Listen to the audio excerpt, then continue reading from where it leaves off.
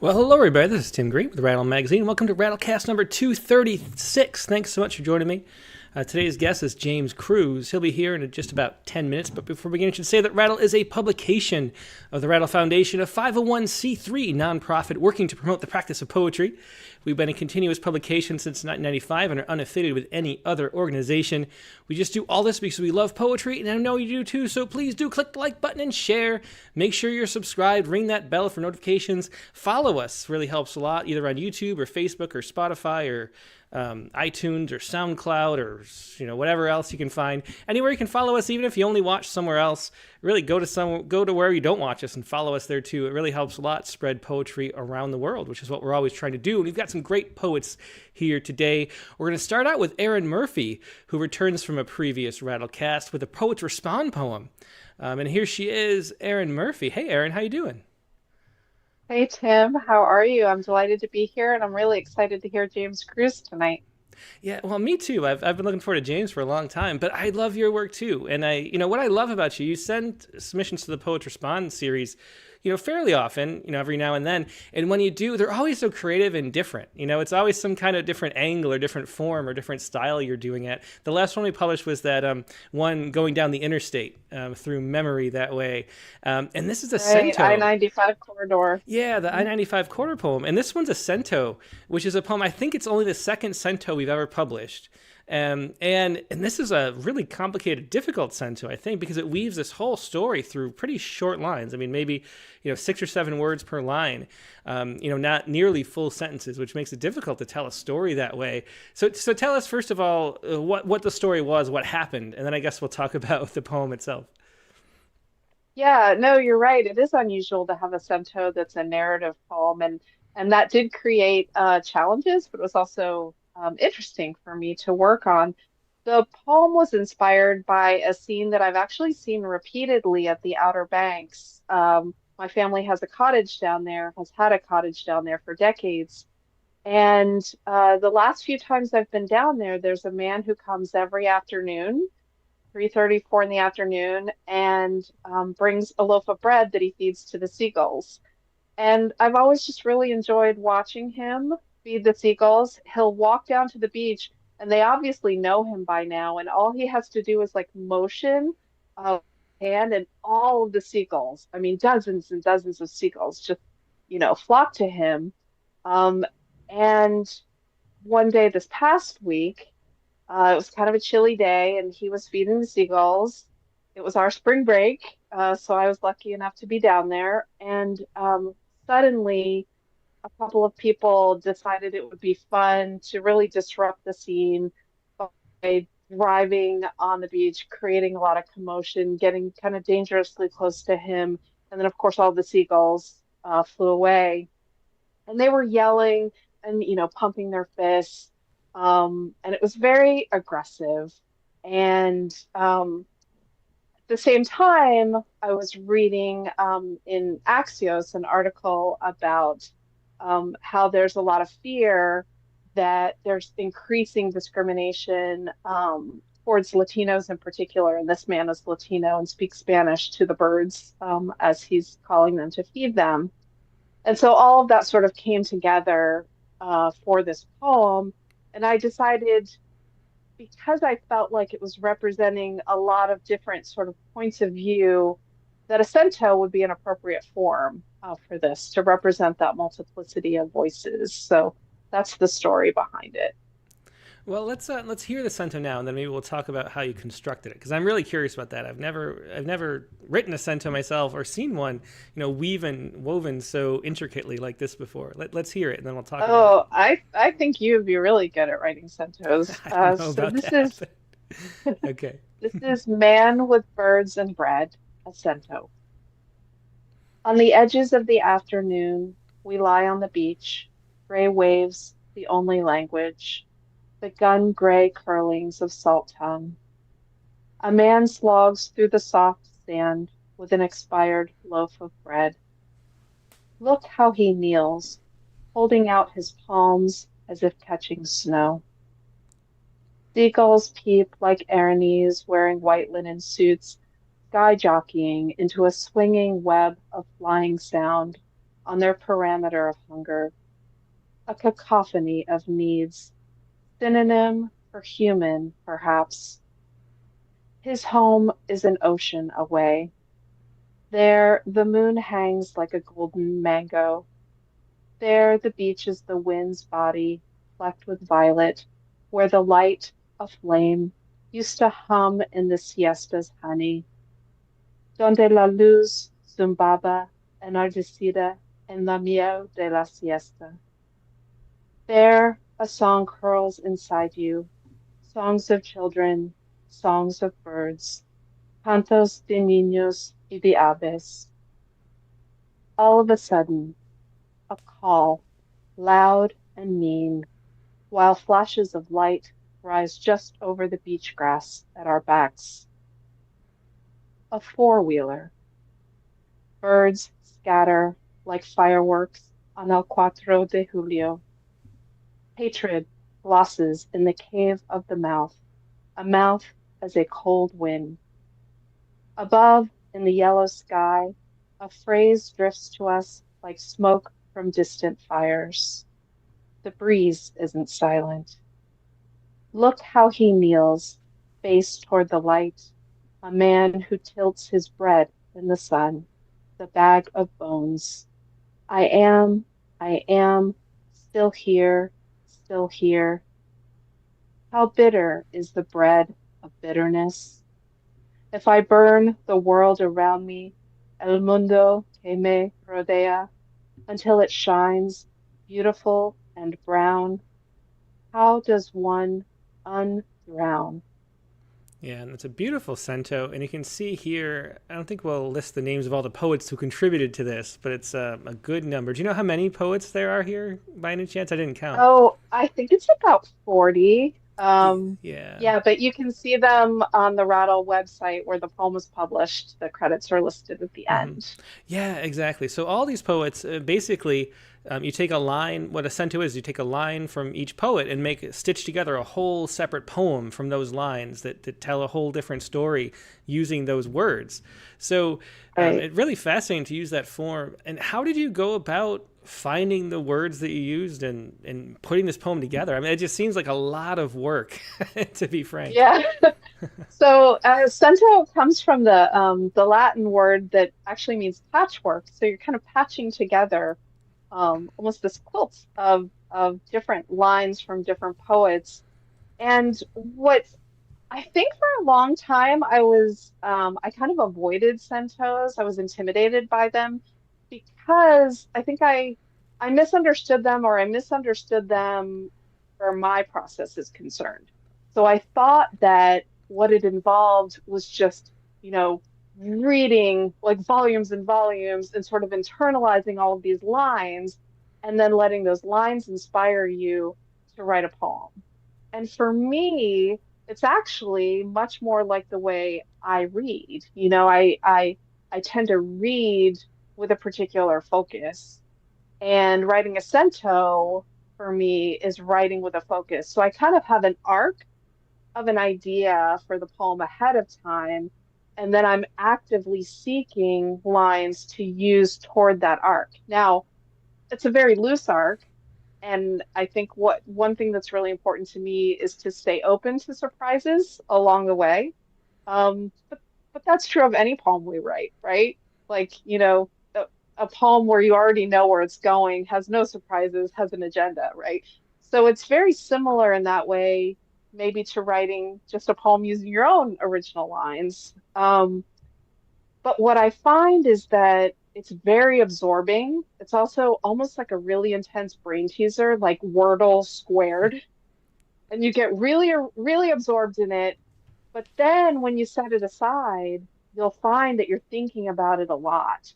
And so then other things that you read will lend themselves to it. So, for instance, in this poem, the line about Bag of Bones, that came from reading the latest issue of Gulf Coast. There was a poem by Chim Cherting in there called Inheritance, and that's where that line was. So I wasn't even directly working on the cento at that time. I was just reading this journal. And then I thought, oh, that works so perfectly because it applies, both to human and to the bag of bread, right? In the poem.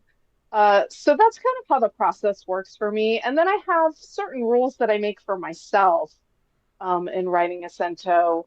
And I think probably everybody has kind of their own little parameters that they use. But for instance, I will allow some minor changes like tenses or prepositions or pronouns just for continuity's sake. And then another rule that I have is I will never end a poem with another poet's final line. I feel like the lines should be used differently, Mm-hmm. in the new poem that you're creating. And somehow ending with somebody else's end line feels wrong. Mm-hmm. Yeah, well, it's a great explanation and really interesting just composition. I imagine, pulling, books from shelves. You have all those books behind you, and like you've like highlighted or written lines you particularly like. So you sort of flipping through to see what lines from a certain poet might work. How long did it take to compose this? It was over the course of a week, I imagine. Was it? Yeah, so it was about 3 solid days. Mm-hmm. Luckily, like I said, it was spring break. Of course, there were it wasn't like I was working at 24/7, but I must have been very absorbed because at one point, my husband said to me, "What are you working on?" Because I think I seemed so intent and so focused. And I think it does require, centos require a different sort of level of concentration, at least Mm-hmm. for me. Yeah. Well, I'm so glad you took the time to write it and share it. Really beautiful poem, and thanks for doing so. And really putting in all that work for Poetry Respond is really great too. Yeah, thank you so much. And for anybody who's interested in the Cento form, I have a chapbook of centos that's available for a free download from Ghost City Press. So I know a lot of faculty use it in their classrooms, and it's great that it's free, so your students can download the whole book. But it's from Ghost City Press, and it's called Fields of Ache Centos. So check that out. Yeah, I definitely hope everybody checks that out. And her website too, which is erin-murphy.com, which you can find a link to that if it's hard to find. Go straight to Erin's website, erin-murphy.com. Find that. You can also look back at the Rattlecast we had, Rattlecast number 142 with Erin for more about her and her work. Thanks again for coming back, Erin. It's always a pleasure. Thanks so much for having me. Yep, take care. Yeah, once again, that was Erin Murphy, and you can find her poem that was Poetry Respond poem this week, Man with Birds and Bread. But check out our website, erin-murphy.com, for all those and that book of centos, which is really fun. Now we're going to take a quick break and go to our main guest, James Cruz. So sit tight, and I'll be right back with more poetry.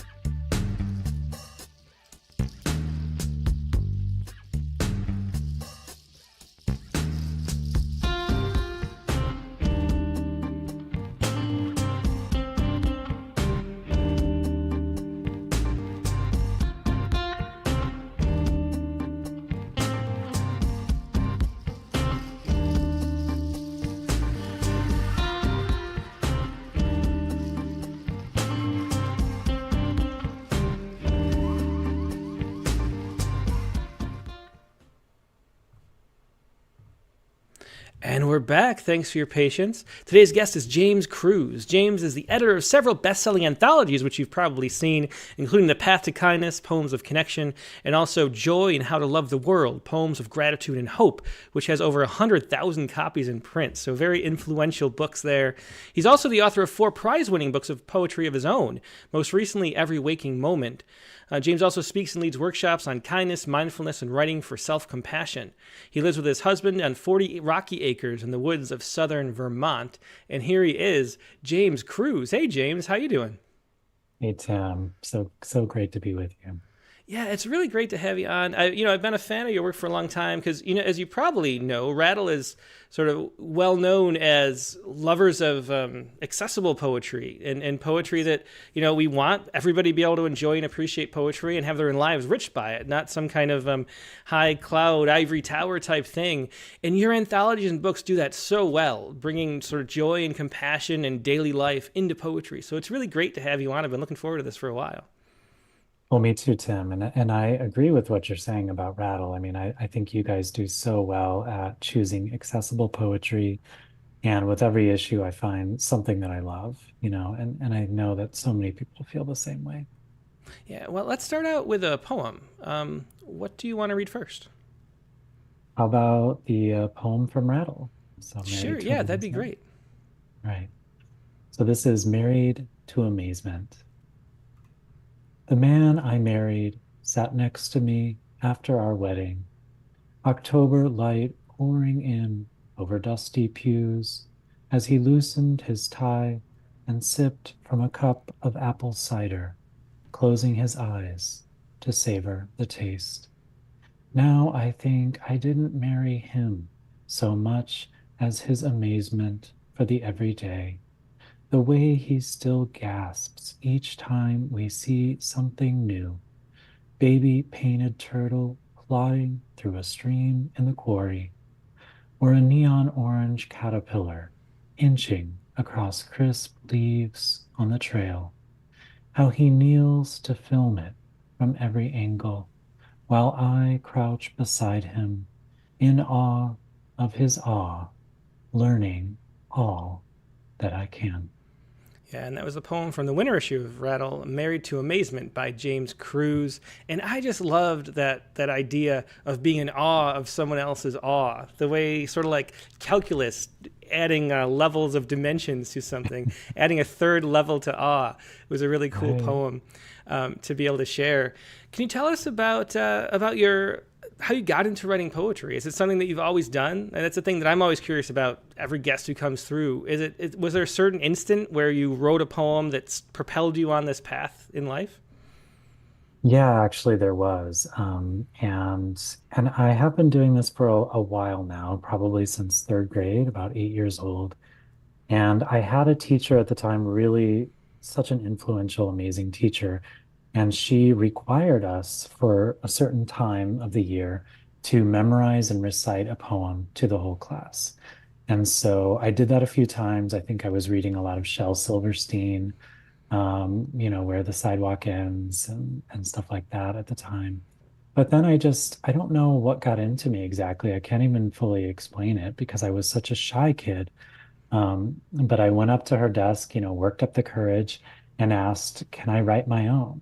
And can I recite it to the whole class? So I think I wrote something that was called Ode to Summer or something like that, was trying to capture the ease and freedom of days off from school that I very much missed. And I said it in front of the whole class. And again, I don't know how I got through it. My voice was probably a squeak by the end, but it changed everything for me. I think because people were then coming up to me and asking like, "Oh, you wrote that yourself," or "I can't believe that's your own work." And so I think I saw for the first time what it was like to just create something out of thin air and have people respond to it. Mm-hmm. And so after that, there was really no going back. And so, is that a path that you've just followed continuously since? Did you know from third grade that poetry, in particular poetry, and not fiction or other kinds of writing, was what you'd be pursuing? I don't think I knew it so clearly. I definitely still enjoy writing fiction. I'm also a nonfiction writer, so prose really calls to me. But I think there's just something deeper about poetry that has always pulled me away. For a while, I thought that writing a novel or, going the fiction path would be the only way to make writing sustainable. It's the stereotypical only way you can actually make money.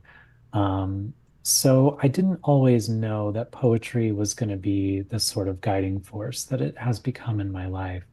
But I think a part of me always must have sensed that because I have had to work a lot of not so great office jobs in order to keep this life going. And, there have been many mornings I was sitting at the computer pretending to check email and writing a poem. So it has always pulled at me, and it's always been something that I really wanted to do.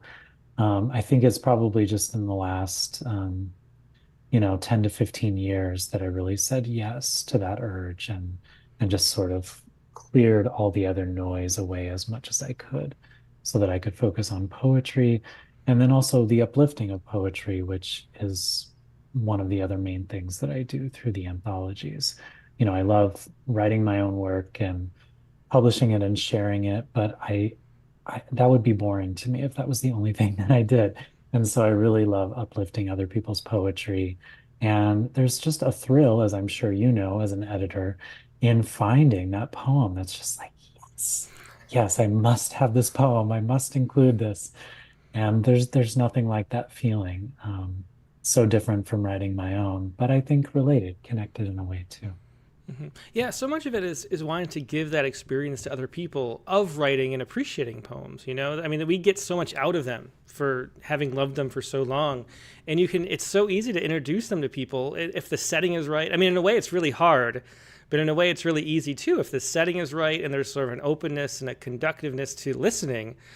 Everybody can be affected by poems, and everybody can write great poems of their own too, if they're willing and receptive to do that. And so passing that on is such an important thing, I think.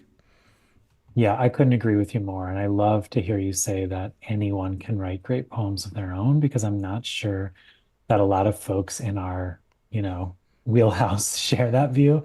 That we sometimes have this view that it takes special training or it takes a select few, it takes that ivory tower mentality to write great poems, but we need poems of all kinds. And I think that every good poem for me that I come across is kind of contains its own invitation.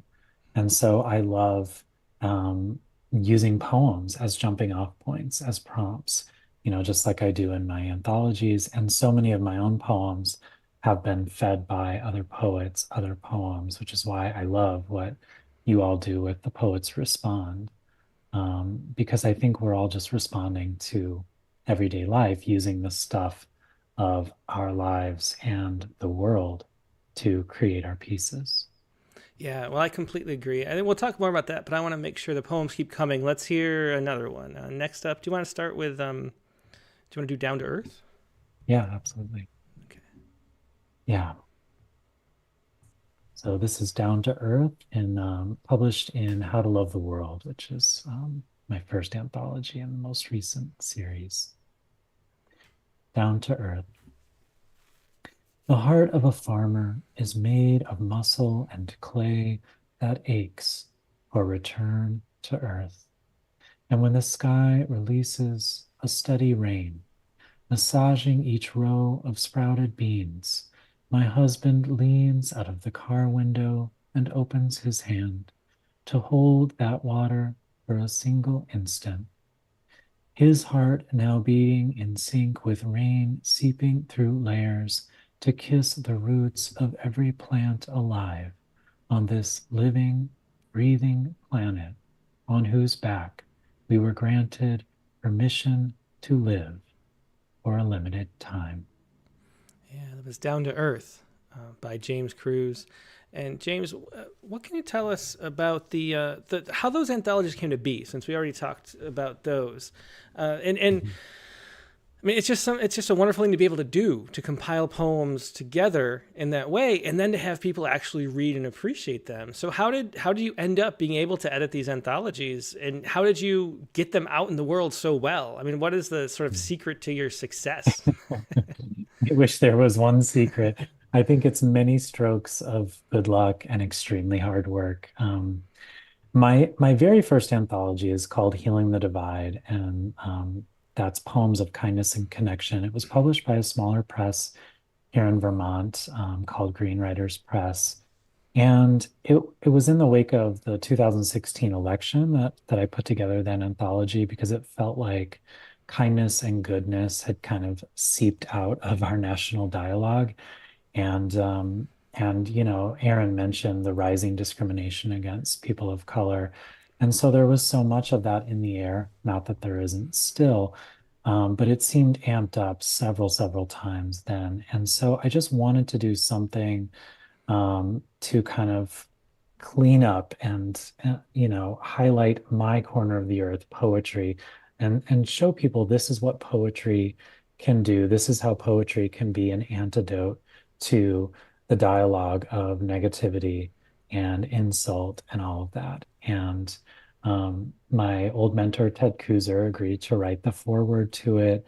I gathered these poems that I was amazed to be able to bring together, somehow waded into the very difficult and thorny permissions process and was able to make that happen. So I really feel like I was driven by something larger with that book. And that book led to my being able to propose the idea for the book of poems, How to Love the World, Poems of Gratitude and Hope, to Story Publishing, which is a division of Workman, which is now a division of Hachette, Hmm. one of these larger conglomerates. And and they really loved the idea. They were really warm to the idea. But this was right before the pandemic. And so then the pandemic hit, and it really became a survival mechanism for me, finding poems of gratitude and hope, finding poems that really spoke to what we were all going through, ways to offer comfort and solace at a time when things felt pretty unbearable and fearful and uncertain. And so the poems helped me. I was teaching at SUNY Albany at the time, mostly 18 and 19-year-olds who were really afraid, most of whom were people of color. And I really put that book together with them in mind, really wanting to create this kind of safe place where they could gather and know that they could open up this book and know that they would read some things that might just give them a breath and make them feel a little bit better. And so I gathered all these poems and, made the last minute addition of this poet that I just had to include, whose name you might recognize, Amanda Gorman. Came across one of her poems and was able to get permission, luckily. And so it was all these things that fell into place. Ross Gay agreed to write the foreword to the book, because I had included his poem about Eric Garner in the previous anthology. So there were all these things that came together, became sort of a perfect storm. And then, this book of poems about gratitude and hope came out during the first year of the pandemic. So I think Hmm. that's what really propelled it out there, that people were really craving that. Yeah, when trying to find poems that'll move people and that people will appreciate, do you think about mostly what you yourself appreciate? Is that how you select? Like, if this moved me, then it will others? Or do you sort of step outside yourself too and think, well, this is a poem that other people will appreciate, even if it's not as resonant for me? Or is it sort of the same thing because we're all human? How do you navigate that sort of triple star system? Yeah. That's a great question. It's like the consummate editor question. So I know that's on your mind too. I think it's a little bit of both. I mean, I'm always paying attention to what really moves me, what gives me those chills, what gives me that sigh after I read it. And I've had a practice for a long time now of sharing poems on social media. So, oftentimes I will share them with other people. My husband is a farmer by trade, but also a poet and writer himself, very down to earth, as the name of my poem suggests. And so I'm often testing the waters with other people to see how they will respond. Because sometimes I will have a response, a visceral response to a poem, and it will fall very flat with other people. And sometimes I'm like, you know what? I'm including it anyway because it still feels important. And sometimes I have to go back and think like, well, this really fell flat with my husband, these other readers I trust. People on social media didn't seem to like it that much. So I share it with as many people as I can, bring it into classrooms or workshops where I'm teaching and see how people respond sort of Mm-hmm. on the ground. And then I think that helps me to determine which poems are going to be the best ones. Yeah, it's funny. I brought to mind how we do it in Rattle. We always have editorial meetings where we're talking and reading poems and sharing our opinions about them. And for so long, they were in Alan's business office, our founder, Alan Fox. And so, he'd have people walking by just, doing real estate work, like accounting and Yeah. things. And he'd say, "Oh, hey, Jim, come on in the office. Listen to this one. What do you think?" And then he would just stand there reading them the poem.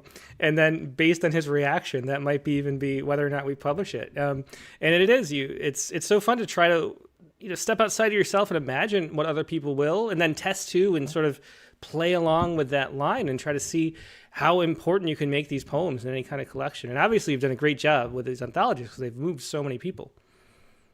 Well, thank you. Yeah, and I really have to give credit to Ted Kuzer as well, because for a few years when I was at the University of Nebraska, I worked with him on American Life and Poetry, his newspaper column that I think was in, hundreds of thousands of newspapers, all kinds of places all across the country, by the end of his tenure there. And he really helped to train me how to choose poems that a wider audience could appreciate.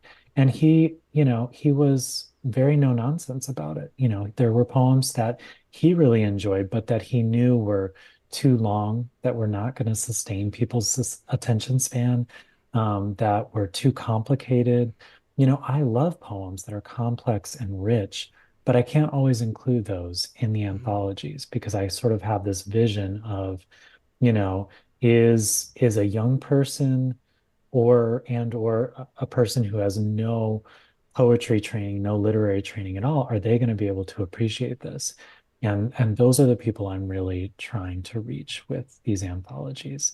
If it speaks to more people than that, I think that's great. But I think I'm always really trying to convert people to poetry. I'm a little bit of an evangelist when it comes to that. Hmm. Well, let's hear another one of your own poems. I want to focus a lot on those as well. Mm, yeah. So this one feels appropriate. This one is Beech Trees in Spring, and it was written from just really observing the trees around us here in Southern Vermont. The beech trees always hold on to their leaves the longest, and so they end up turning very gold. And they don't actually drop their leaves until the new leaves start to grow. So the metaphor of this just felt very apt and rich to me. Beech trees in spring. I want to be like the maples, letting go so easily of their leaves in the slightest autumn breeze, surrendering every piece of themselves they no longer need, and embracing bareness like a new suit they can simply step into.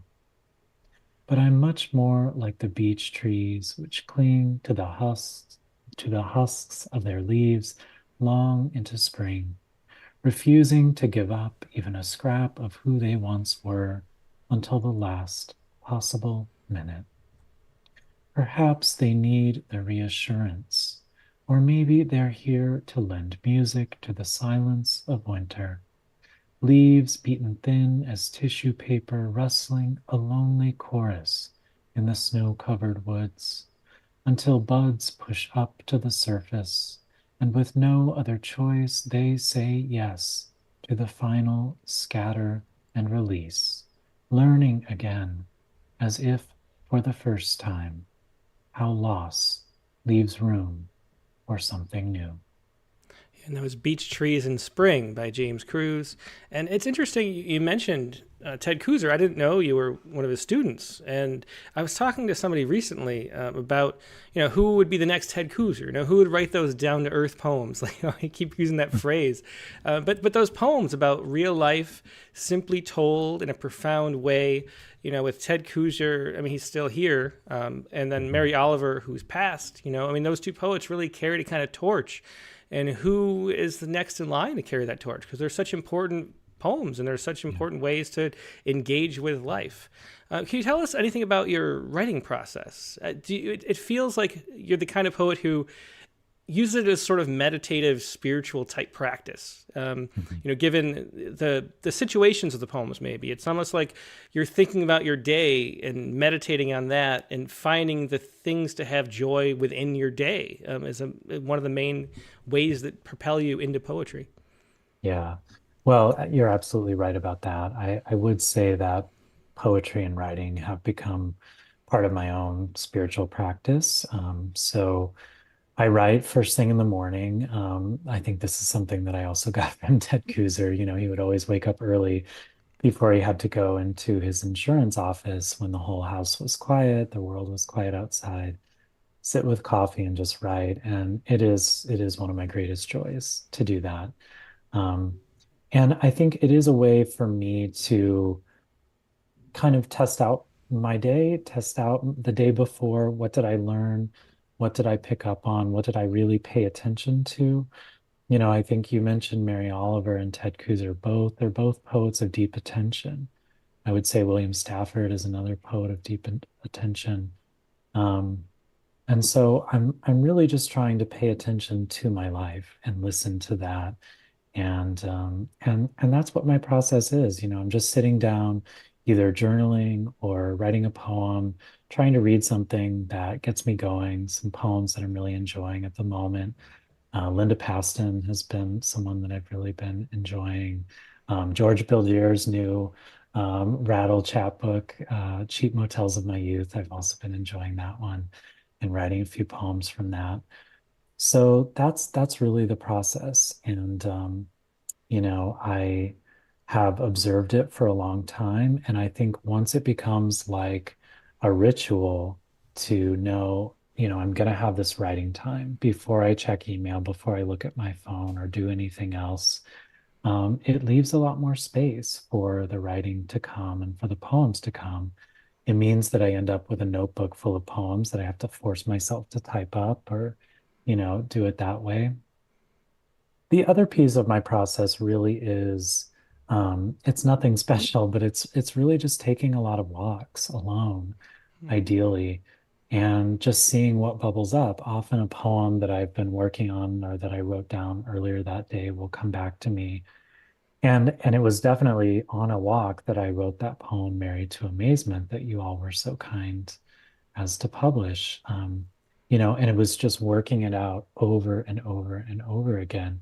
I really do believe that there's something about being in motion and saying words to yourself over and over. I mean, studies have shown it's easier to memorize that way when you're actually moving, but I think it becomes easier to hold on to a whole poem and then just kind of work it out as you're moving along. All the extra extraneous words end up kind of filtering out, and you're really left with the essence, which I suppose is how meditation works as well. The idea is that you sit for so long that eventually the mind quiets a little, maybe, hopefully, Mm-hmm. and you have some of that essence that you can just kind of get a taste of. Yeah. Do you have any other meditation practice besides writing poetry, or is that sort of meditation for you? I mean, do you participate in any other spiritual action? I do. I do actually meditate every morning. Usually after I finish writing, I'll sit down for 15 or 20 minutes or whatever I have time for. And I do sit cross-legged on a cushion. And really I'm just often counting my breaths, watching my breath, watching my thoughts. I don't know if I do a specific type of meditation. I think I've just adapted it to my own kind of needs, but I do that. And I think that is part of the ritual that I observe each day. And meditation's been a great help for me. I'm someone whose nervous system gets very easily hijacked, who's very anxious, and and so it's helped me to kind of, I mean, I know I sound really calm, but that's, that's just a cover, really. There's a lot of anxiety brewing underneath the surface. And the meditation has really helped me kind of calm down, quiet some of the noise in the mind. And I think that's made me a much better writer. It certainly kept me in touch with my own writing at a time, at many times when the noise was very great. Yeah. Well, let's hear the next poem. Absolutely. Well, I was just talking about meditation, so I'll read this poem called Self-Compassion that kind of begins with the first time that I ever was learning to meditate with a friend. And I usually say that I'm a recovering cynic. So I think that comes through in this poem too. This is Self-Compassion. My friend and I snickered the first time we heard the meditation teacher, a grown man, call himself honey with a hand placed over his heart to illustrate how we too might become more gentle with ourselves and our runaway minds. It's been years since we sat with legs twisted on cushions, holding back our laughter.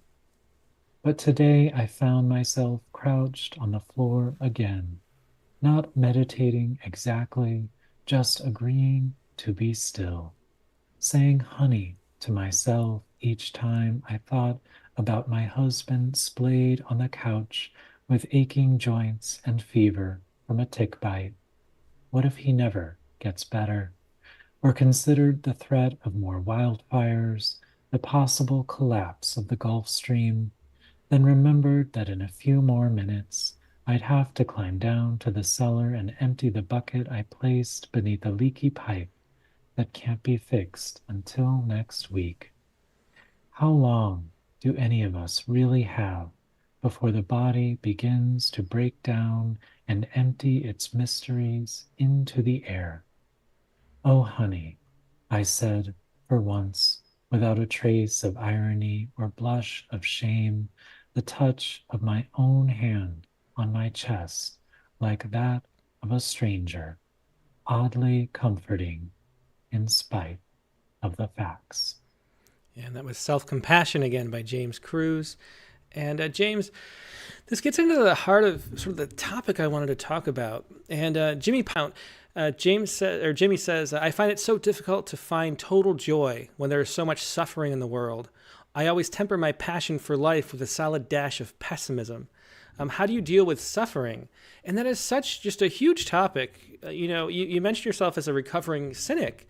But there's so much cynicism in the world today, even in the face of it's sort of this irony that as the world gets better and more compassionate and more caring, more prosperous, there's less starvation, less deprivation, there's less hatred really than any time in human history. As bad as it is now, it was worse way more in the past, and yet we see about so much of it that it becomes really easy to be misanthropic and cynical.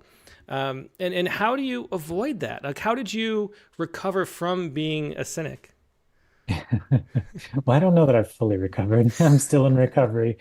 But I think that's a great question. And the truth is, I'm glad you're pointing out. I mean, I think Malcolm Gladwell talks about this too, that we're as a human species, we're doing better than we ever have. I mean, the planet maybe not so much, but we are doing better.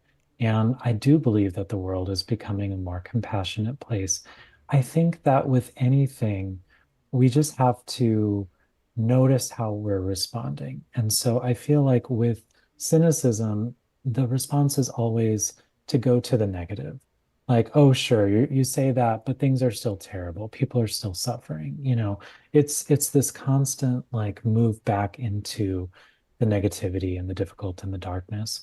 So I think we just have to temper it. And we also have to understand as humans, I think anyone who's been in grief knows that sorrow and joy can come at the same time, one right after the other, if not at the same time. There can be a deep joy in feeling your sorrow fully, whether it's, losing your mother, father, or partner, or a war that's raging, several wars raging worlds away from us. I think we can allow things to coexist. To say that it's only one way or another, I think would be either totally pessimistic and cynical or totally Pollyanna-ish. And I think that the poems that I'm most drawn to really weave both together. And, if you look at the anthologies, even though they have these bright colors and all these bright colors and gratitude and and joy and hope and wonder and all of that, many of the poems are still holding grief at the same time they're talking about joy or awe or wonder. I think that's all present in the poems. And I do believe that poems are like these litmus tests for life. And so the poets who are doing the best work, I think, are showing us how we can hold all of it at the same time. And, on a practical level, one of the ways that I manage it is by, again, having some space in the morning when I know I'm not going to be taking in, really horrific images, really difficult news. Later in the day, I want to stay informed. And so I do take that in when I'm able to. And, I'm just careful about what I put in front of myself because I know that my mind is going to latch on to that. And I think we all have to be careful. We want to stay informed. I think that's really important. But I think, 24-hour news, I don't think we were really meant to have that. Like you were saying, we know all the negative, all the bad stuff, terrible, unbearable stuff that's happening. And it's good to know about this so that we can work for justice and work to stop it. It is also a terrible burden that I think we just have to manage and temper. Like when I was putting together my very first anthology, Healing the Divide, I rented an office so that I could start gathering the poems and putting it all together.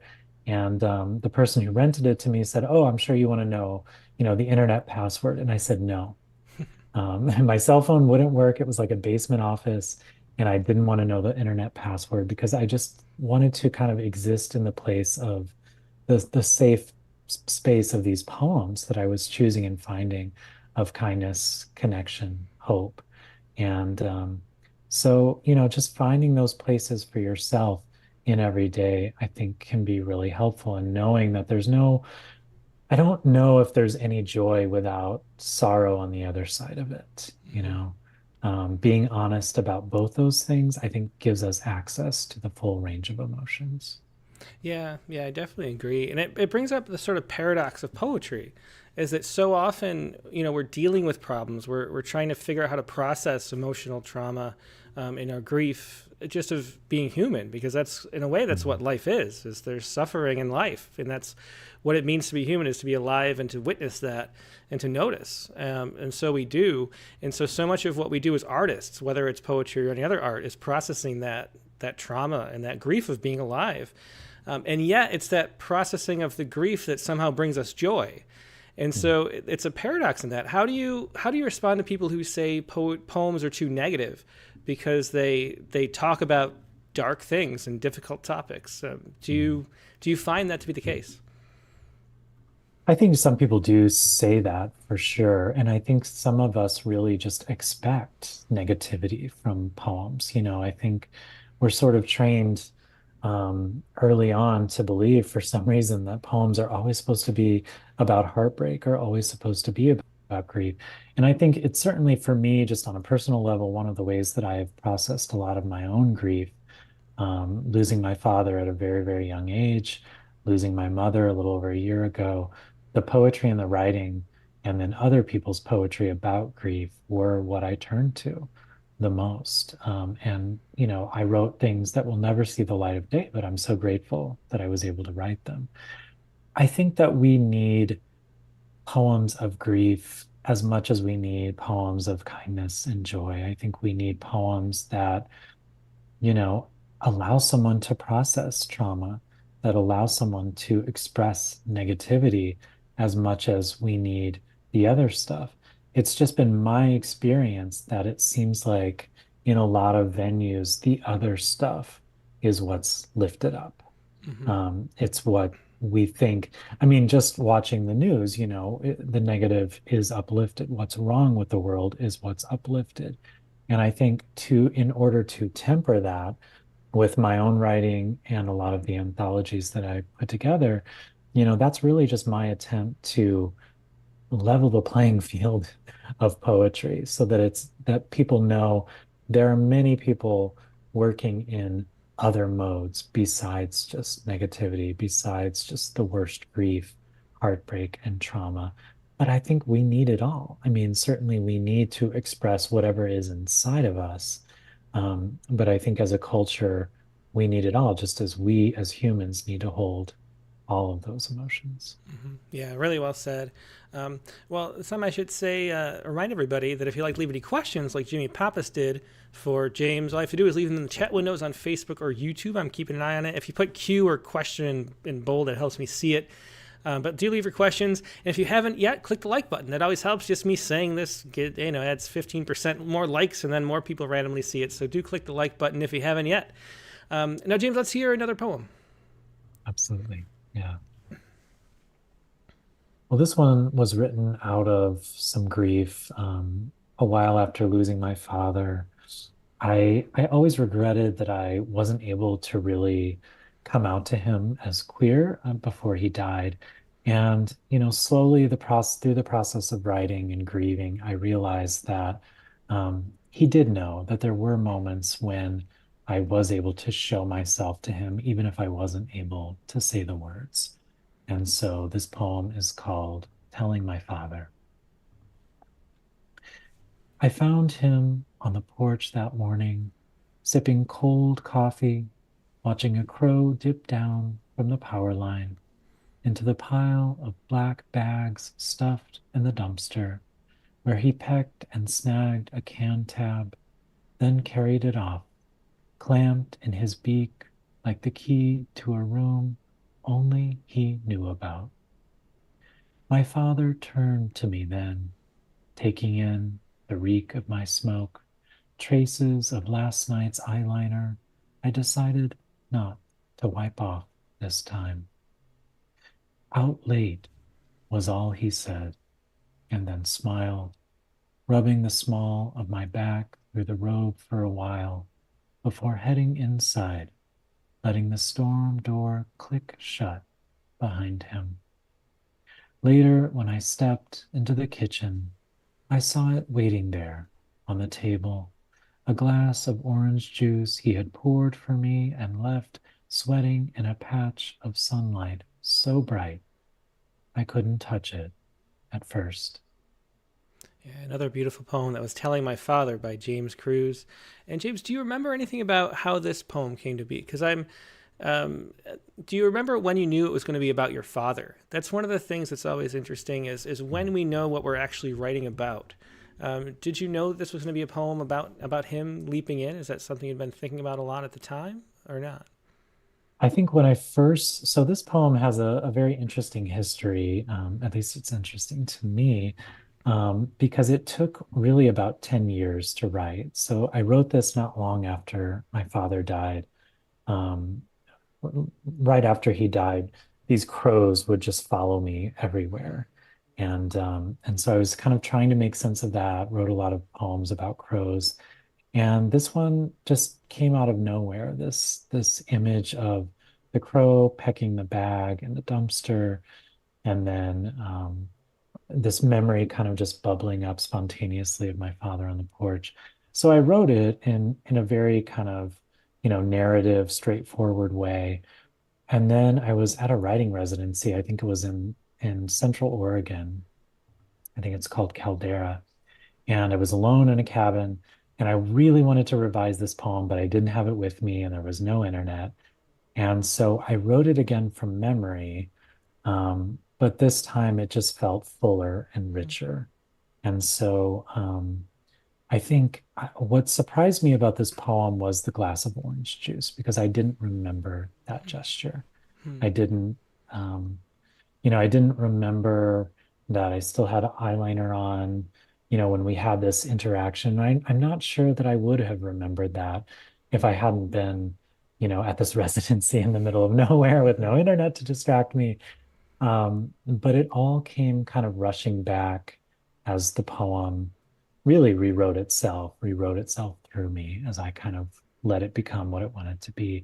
I think this was the first poem where I was really forced to um, rewrite it completely from memory. And I have since seen the value in that. And so a lot of times I will work on my poems now until I have them memorized and can just rewrite them from memory. They kind of then float out of my mind once they're finished. I can't really hold on to most of them. But I think there's a real power in allowing a poem to be embodied in you, and then kind of doing its work. I guess it's like what I was talking about with walking, that motion, kind of allowing the poem to become more embodied over time. Yeah, it's that line, the cantab carried off, clamped in his beak like the key to a room only he knew about. It's such a wonderful line, but it feels like it's so much about the actual meditative process of writing a poem and coming to those things that you don't remember that you remember. Yeah. That those things deeper in the subconscious that you aren't really aware of, but are still there as part of your memory, as part of your thought, even if it's not verbalized. And then we verbalize it with a poem. So I think that's a great poem that shows that. Um, how much of your writing process comes as a surprise to yourself like that? Is that a typical way to write? Yeah, yeah. And I wonder if this poem, um, being as special as it is to me, as personal as it is, I wonder if this poem didn't teach me that, the importance of allowing surprise into the poem. I would say surprise for me is about 95% of the process, because often I'm working with a seed. So in this case, it would have been that crow pecking the can tab in the dumpster, and then carrying that off. Um, Other times it might be just an image, an interaction, a gesture that stays with me. And so I have some vague idea, but I try not to let the poem get too far in my mind before I'm sitting down to the page, um, because I think it's important to kind of capture it and then maybe let it work through me, take it on a walk, take it outside, whatever feels right in the moment. But I never know what the next line is going to be. That really is part of the practice for me. And it does feel meditative because I never know what my next thought's going to be. And I've really learned to, as much as I can, try to let those thoughts arise on their own and just let them be what they are. And so I think that's one way in which the meditative process has fed the poetry, that I'm trying to just keep space open to allow surprise to happen. And so often I'm writing in my notebook saying like, wow, I can't believe, where did that come from? I didn't know I was going to write a poem today, or I didn't know I was going to write a poem about that. Sometimes I'll write something in prose and then, go do something else. And then I come back and I want to write a poem that kind of condenses it a little bit more. Mm-hmm. So it's really all about surprise. And I love that you brought that up. Well, let's hear another one. I think we have three poems left. I want to make sure we do them all. Do you want to do Yeah, After the Blizzard, maybe? absolutely. Yeah. This is After the Blizzard, written during a power outage during an ice storm last year.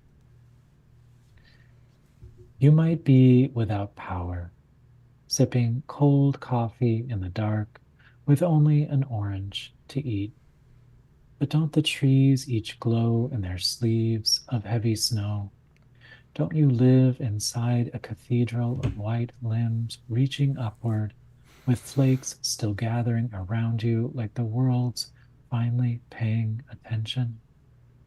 Let your thoughts, wishes, and obligations all fall away like the peels of this orange, revealing every sweet section beneath. Believe that awe will follow you from now on, wherever you go, like the snowlight that fills these rooms, like the scent of citrus which passes from your hands to every small thing you touch. Yeah, it's another beautiful poem by James Cruz that was After the Blizzard. And when you listen to a poem like that, or really any of the poems that you've shared here, you can feel somebody in the comments said, I wish it could be James dialoguing my inner thoughts or narrating my inner thoughts. I mean, and there's this sense of almost leading a guided meditation. Like you Mm. can feel the peace and the calm flowing through out of both the words themselves and the story that you're telling, but also the inflection and the softness of the way that you're presenting the poems. Is that something that you're conscious of and think about? Is that you're leading people in this place in the way you're like you have this meditation that created the poem, and then you're calling people to enter that same meditative space almost by in the same way somebody would leading a meditation at a yoga retreat or something like that. Yeah. I think that's beautifully said, actually. It is calling people into that same space. And I think that oftentimes I'm turning to writing and poetry first to calm myself. I mentioned a lot of anxiety, a very busy mind. And so I'm trying to find something that I can focus on. And in the process of doing that, of guiding myself to that, I think it allows me to guide others into that same space as well. We mentioned Mary Oliver earlier, and I feel like she was someone who had a lot of darkness, had a lot of difficulty in her past. And despite her poems, which, are bright, lovely in so many ways, I don't think that was her personality from what I've heard from many people who knew her. I think that she often turned to poetry as a way of really coming to appreciate and love and just kind of be grounded in the world again. And so, and I'm hypothetically theorizing here. I don't actually know. I never got to know Mary Oliver. Um, but she did live in this area and she certainly lived in New England. And so it's hard not to feel the ghost of her as I'm, walking by ponds that seem very much like the ponds that she was describing. And I think it's a similar process of just really trying to focus in on, zoom in on the smallest details. And I think this is where a poet like Kuzer comes in as well. Some of his poems very different from mine, but they can feel like guided meditations too, because they're just, sort of revolving around, this one thing that he's observing or remembering or meditating on from the past. Mm-hmm. Well, so many people in the comments have mentioned your endings. It's just really profound and powerful. The most recent one, like the scent of citrus which passes from your hands to every small thing you touch. That is where your thoughts go. How do you find the endings like that? How do you know that a poem is complete and where to go and how to get to that ending that will resonate and stay with people? Hmm. I wish I could give folks an easy formula. I really do, because I would use it too. I think endings are the hardest for me. They take the longest. Someone once told me that there are two different types of writers. There are pourers and there are drippers. So pourers always write more than they need to. Drippers, it's sort of like, slow torture. They're sitting there waiting for the right words to come. So I'm a pourer. I usually write way beyond the ending, and I have to kind of rein it in and maybe cut some things out to get to what feels like a more resonant ending for me and for other people, hopefully. Um, so that's really my process, really just holding on to something for as long as I can, keeping it up in a Word document. My friend Danusha Lamaris, I know she carries poems around with her on a clipboard and just kind of works on them while she's sitting in a waiting room or at a cafe. I love that idea too. But I just have noticed if I keep it in a Word doc pulled up on my laptop and I'm just kind of confronted with it over and over and over again, very slowly you know, um, I'll get to the ending and I'll be able to take out those extra words. Um, yeah, so that's how I get to those. Mm-hmm. And there's a cheeky question she said from Monica Dobos. Says relationships are hard. Did you write any poems that talk about hardship in relationships? And that's a tricky thing for sure for any poet, especially when their partner's a poet too, because they'll actually read your poems. Um, That's right. do you have any situations like that have come up? I'm trying to think in my own poems if I've written about that. I've actually written more in prose about the difficult situations of relationships. Um, Yeah, I have some essays. Like I have a book called Kindness Will Save the World. It's a book of essays kind of focused around connection. And I write a lot about my marriage to my husband. And I really had to check it with him um, to make sure that he was okay with me writing about these moments where maybe we had a disagreement or maybe, one of us stormed off or something like that. And he approved, I think, every one, but maybe one or two essays that he thought were too personal. Hmm. And, I think it just helps to be really open with partners about the difficulty of relationships. I'm not sure I've written many poems about that, so maybe that's a learning edge for me to write about a fight. That's my assignment moving forward. So thank Well, you, that Monica. would definitely be interesting to read. Yeah, Let's hear. We have two poems left. Let's do the second to last. yeah, absolutely. So this one is another one about awe, another one about ice and an ice storm. I've really been kind of studying and thinking about awe quite a lot the last couple of years for my most recent anthology, The Wonder of Small Things, but also just awe as another way into poetry, another way into mindfulness too. So this is awe. It's a shiver that climbs the trellis of the spine, each tingle a bright white morning glory bursting into blossom beneath the skin. It can happen anywhere, anytime, even finding a sleeve of ice worn by a branch all morning, now fallen on a bed of snow. You can choose to pause, pick it up, hold the cold thing in your hand or not. Few tell us that wonder and awe are decisions we make daily, hourly, minute by minute in the tiny offices of the heart, tilting the head to look up at every tree turned into a chandelier by light striking ice in just the right way. And that was Awe by James Cruz, another poem with those wonderful endings of his. We talked about this earlier, James, but we kind of breezed past it, and there was some discussion on the chat about how you post your poems on social media, sort of giving them away freely right away instead of waiting to publish them in the biggest journal that will take your poem. Why did you decide to do that in the first place? That's something we try to champion at Rattle. I mean, we encourage people to Yeah. share their poems themselves online. They're still uncurated as far as we're concerned. We'll still publish them no matter what. It doesn't matter that you've shared them yourself because we want poems to be shared. It just seems heartbreaking that people write these poems that are meaningful to them and then sit and hold them without sharing them with the world until, 2 years later, maybe after 16 rejection letters, some journal will pick it up and then you can share it then when it's no longer, current. So That's how right. did you decide to just go freely share your work like that? And what's the response and what has it done for you to do that? Well, it's a great question, and I'm glad that folks are talking about this. I love that you also share that generous spirit and that you encourage folks to share because I've been thinking and writing a little bit about this, but I think that so we create these things, they're meant to be shared. We know this. And I think so many of us end up holding on to our work, waiting, waiting, waiting, just like you said, holding it back when maybe it's timely right now, or maybe it's something that will help someone right in this moment.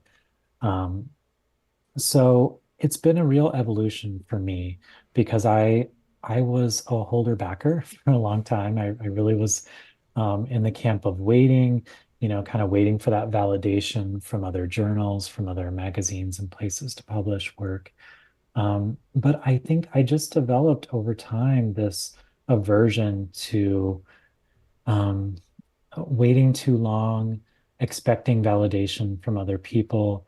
And I think the more that I have interacted and worked with everyday readers, and people on the ground, people who come to workshops and, people who are a part of my monthly writing community, the less I really saw a reason to hold back work. Like it really does create community when you share your own work. It allows you to connect vulnerably and deeply with another reader. And so I don't share all of my work online. There are certain poems that are not working yet or just don't feel right to share. But it's just become part of my own practice, a way of completing that creative circle for myself to once I feel a poem is ready to be shared, even if I'm cringing a little bit or worried about what the response is going to be or lack thereof, I try to put it out there. Hmm. And it's been such a great thing. I think it's allowed my work to break into these different places, these different corners of people's lives that it otherwise never would have done in a literary magazine, you know. I've had people tell me like, oh, I want to read your poem that you just posted at a wedding.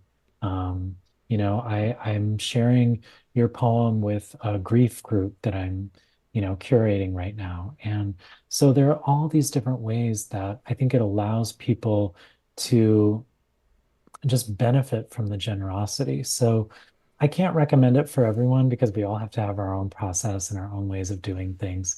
But I know that for me, it has broken down a lot. And you might think that sharing it will feel like, oh, I'm giving it away. I'm not going to have enough poems. What I have found is the more I share, the more the sort of pipeline keeps flowing. And so it somehow creates this flow that is, I don't want to say everlasting because I have moments, times of silence too.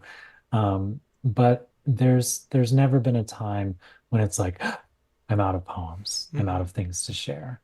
And I take a page out of my dear friend Rosemary Watola Tromer's book too, because she posts a brand new poem every day on her blog. And I'm amazed by what she's able to do in a 24-hour period of time. And so many people love her poems. She's so beloved. I don't think I could do it quite every day, but I love the semi-daily practice of putting the poems out there. Yeah, I was going to mention Mary Watola Tromer because she was on Rattlecast number 41. And at the time, and that was like 4 years ago, she was posting poems every day and she's still Yeah, at it, which is just amazing. So it definitely, is. you and her, the two poets I know who do that. And it's just a wonderful thing to do. Do you have any negative consequences from that? Is there some kind of, because we imagine like, the New Yorker will call us up and say, oh, I want to publish this poem. But then I saw it on your Facebook and now we can't, and so you're never going to be in the New Yorker again. I'm sorry, James. Does anything like that ever happen? Have there ever been any kind of negative repercussions from this practice? I've been waiting for the New Yorker to call. I'm expecting that call. Like, oh, we would have published that poem that you posted on Instagram the other day. But too bad. No, it has never happened. I don't think that I've had any negative consequences other than when you do post poems very freely and generously, you're sort of putting them out there for public consumption. I mean, you're doing this in a literary journal or if a poem is published online too. But it basically allows an opening for people to respond negatively. Hmm. So I've had a few nasty comments, very few actually over the years, but definitely have had a few. And so, that makes you sort of seize up a little bit. But then there's so much positive outpouring and encouragement, at least in the communities and people that I run with. So it's never been much of an issue. Yeah, and that's been my experience too. My own poems and sharing poems here. No one's ever said, "Oh, I read a poem on the prompt lines," and so there's just never any kind of negative. It's just the more you share, it's this. It's not a it's just this endless well of sharing, really. The Yeah. more you share, the more it gets shared, the more community is built, the more people want to read. There's just it never ends. It's almost inexhaustible. You can't say forever, but really, Yeah. like you said, the more you do, the more you give, the more you get. And that's just the way with so many things in this world. And poetry is one of them, I think. So I'm really glad that you do that as an example, just as so many people who could. I mean, imagine, there are a lot of people that are great poets who write poems every day. And imagine if you got to share those. And so it's a great thing to do. Yeah, I agree. And you never know where your poem's going to end up. I mean, I had a woman tell me last night that a poem of mine that I just randomly read at a reading, She copied it out and gave it to her transgender grandchild, and they now carry it in their pocket. When they're having a tough time, they just pull it out to read. And I mean, that's every poet's dream come true, that someone would find your poem useful enough to carry it with them in their pocket. Mm-hmm.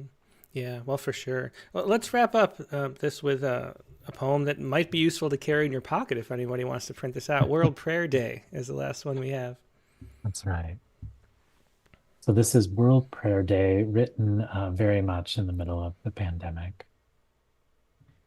While people all over the world chanted and prayed for a miracle, we stood in the woods with binoculars trained on a pair of bluebirds, flitting from branch to branch, their tiny chests puffed out in the chill morning air.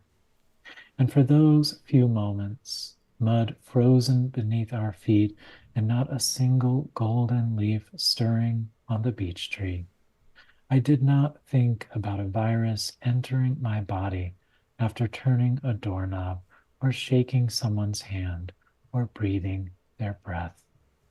It was as if those two bluebirds became parts of us, freed at last from worry, our tufted, lighter bodies now lifting higher and higher, like words meant for whatever God must still be listening.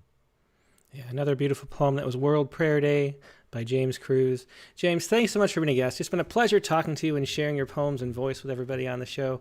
Really, really fun. It lived up to what I was hoping. Thanks for being here. It's been my joy, Tim. Thank you so much for having me. Yeah, thank you. That was James Cruz once again. Just wonderful poet. You can find those 4 anthologies and 4 books, all of it on his website, which is jamescrews.net. That's James Crews, CREWS.net. So find that for all those books. So really, the anthologies are wonderful. His poems are wonderful, as you heard. So if you don't have those books, please do pick them up. Now we're going to take a quick break and go to our prompt lines. And the prompt for this week was to write a golden sestina or tritina, if you don't want to go as long, use a quote from another poem as an epigraph, and then use words from that quote as the end words in your sestina or tritina. That was your prompt for this week.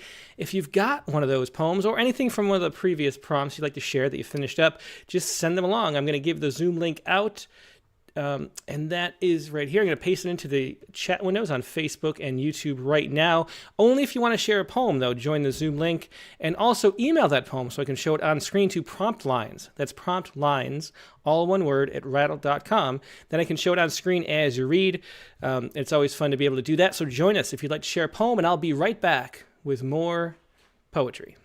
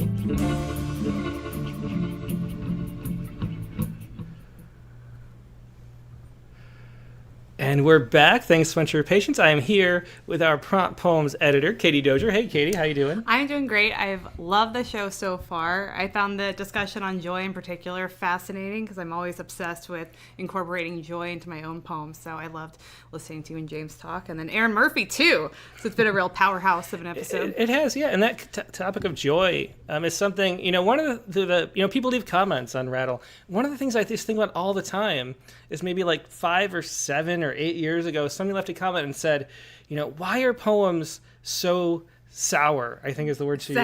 Sour. Wow. And I think of that all the time. Like, we don't want to just have sour poems. And so bringing out the kindness and joy is really important. So that was really fun to talk to James. Yeah. That's really what he does. If you follow him, I should have said too, if you follow on Facebook, you can see those poems every day. That's the main social media platform. Also Instagram too. I'm not sure if he uses both equally, but follow him both places.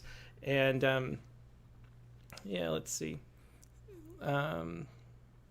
Just make sure everyone can see this on Zoom. We can, I think. Okay. So, so the prompt for this week was to write a golden sestina or tritina. Mm-hmm. And so that was just something I kind of made up. Maybe other people made it up before. But a sestina starts with those 6 or 3 for tritina end words. Mm-hmm. And my thought was to combine that with a golden shovel, mm-hmm. based on Erica Reed's some poems she had in her book, mm-hmm. and have the end words be from an epigraph, a quote from another poet. Mm-hmm. And so that's the golden sestina. Mm-hmm. So what did you do, Katie, with a golden sestina?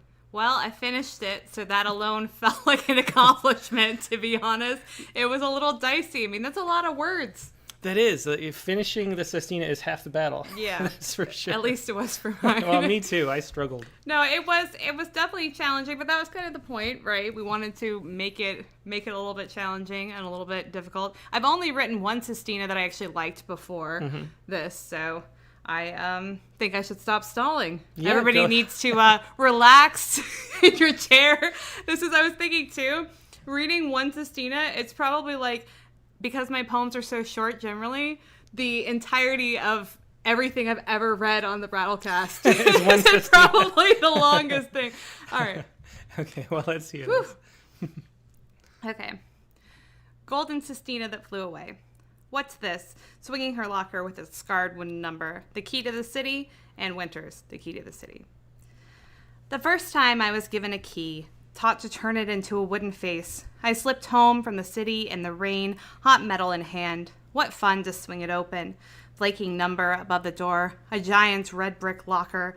But then I learned more, how to lock her so deeply the sun swallowed the key. Depression pins so many of us with numbers. For a bundle of years, that was me. Wooden eyes devoid of verse. No poetry. What unmetered curse. Lights heavy in that city. My storm cloud eyes. Lightning? I slept in the cité until Christmas reminded me, my old locker, how I'd strung up fairy lights inside. What happened next? In a velvet cushion, I felt a key. Alive. I learned to axe entire piles of wooden thoughts, walk planks. The truth is, some numbers really are correct. But the other numbers, well, you have to learn to deflect. Black and white city, white and black as the face of a wooden clock, which itself must be turned. A lock. The tick-tick-tock of every imaginable key. The clack of each stiletto second. A knock. What? Did you mean me? The door shot open, exactly what time intended. She handed me a list of numbers, a monocle, whispered poetry, flew around in the key of minor G, still from my city, the same old city, but now a winking Christmas tree. No more locking her up, a Tinkerbell, so I uncaged every spell. Wouldn't let a day pass without carving another wooden trunk, spun a rope from paper, it rained ink. What I give away now is just the contents of her locket, stardust sprinkles, costumed in neat numbers. One look at a square says a grid alone is not a city, and is not enough to hold a skeleton key. Long ago, I scratched above the frame a wooden number, above what door I cannot say, forgotten yesterday. Some other city, so now I warn you how I nearly locked away the only key. Neverland, leaving a voicemail at the old number. Yeah. There you go. I had to get a haiku in there, right? You did, yeah. You had to do it. You couldn't I help couldn't do it. yourself. Make it into high It wasn't long enough, as It is. wasn't long Long enough. So how did this prompt go for you, Timothy Green? Well, the prompt was difficult, but I want to first talk about your writing process for this. So how long did this take, and did you feel it was a challenge for sure. Mm-hmm. Did you feel propelled forward in your poetry by it, or did you feel like you can't wait to never have to write another Sestina again? It felt like I was a crash test dummy, and I knew I was going to hit the wall, and I need to hit that word. That's how it felt for me. It was challenging. I mean, I did, at a certain point, experience some flow as I was writing it, but it did feel like more of a methodical practice than I think. It's not naturally the form for me. And honestly, if it were, what the heck would I be doing writing 13-line poems all the time? So Yeah, it felt to me like stop and go traffic. You know? Yeah. You're just like, oh, we're going, Yeah. and then you have to stop again to get to the Yeah. right word. Whereas like with formal poetry and meter and rhyme, it's like generating so many possibilities, but the fact that it had to be the one word or some close variant Yeah. really felt stilted and difficult to write. It's the hardest poem Yeah. for me to write. I feel like, though, that's mainly due to my lack of familiarity with this form. Like, anytime you try a new form, you have to learn it, and then you can let go and experience Yeah. flow in it. So it's due to my noobness, perhaps. Well, I don't know about that, but yeah. So thanks for sharing that. A great golden sestina that flew away. And so for mine, did I paste it? I hope I did. Okay, I did. So this is Sestina at the Library, and what I did with this is I looked through Erica Reed's book, and she's got I looked for 6 words. I was looking for like 6-word line. And then I realized one of her haiku in that little haiku section had 6 words. So I was like, I'm going to use every word in this little haiku. The haiku was library door ajar, hum of industry. Remember that? She read that sequence because it was inspired by Joshua Eric Williams. So I think I saw in the chat earlier. But so there was that haiku, and I tried to turn that into a sestina, also using her way of breaking the stanzas like a ghazal would into discrete sort of units, and also with different voices too, and also trying to make it as short as possible because sestinas, just longer poems are not my thing either. Yeah. Or at least in the Except sestina for form. tonight. Except for tonight. Tonight. Well, so this is hopefully the shortest sestina I could possibly write. Okay, so here goes Sestina at the Library. Go to any public library. Pull open the glass door and stand there, the door ajar. Listen to the quiet hum of the hive that is the heart of the computer industry. Every industry is indexed at the library. Every digit of Dewey's Decimals is a door to prosperity, humbly left ajar. At the checkout, there's a jar full of junk. It's an industry now, reading, always humming along at the library, a plastic dinosaur at the door, any incentive a kid can think of. Are you aware of Tuesday's writing group? The door is ajar, the third door after the quiet room. In dusty corners of this library, words still hum.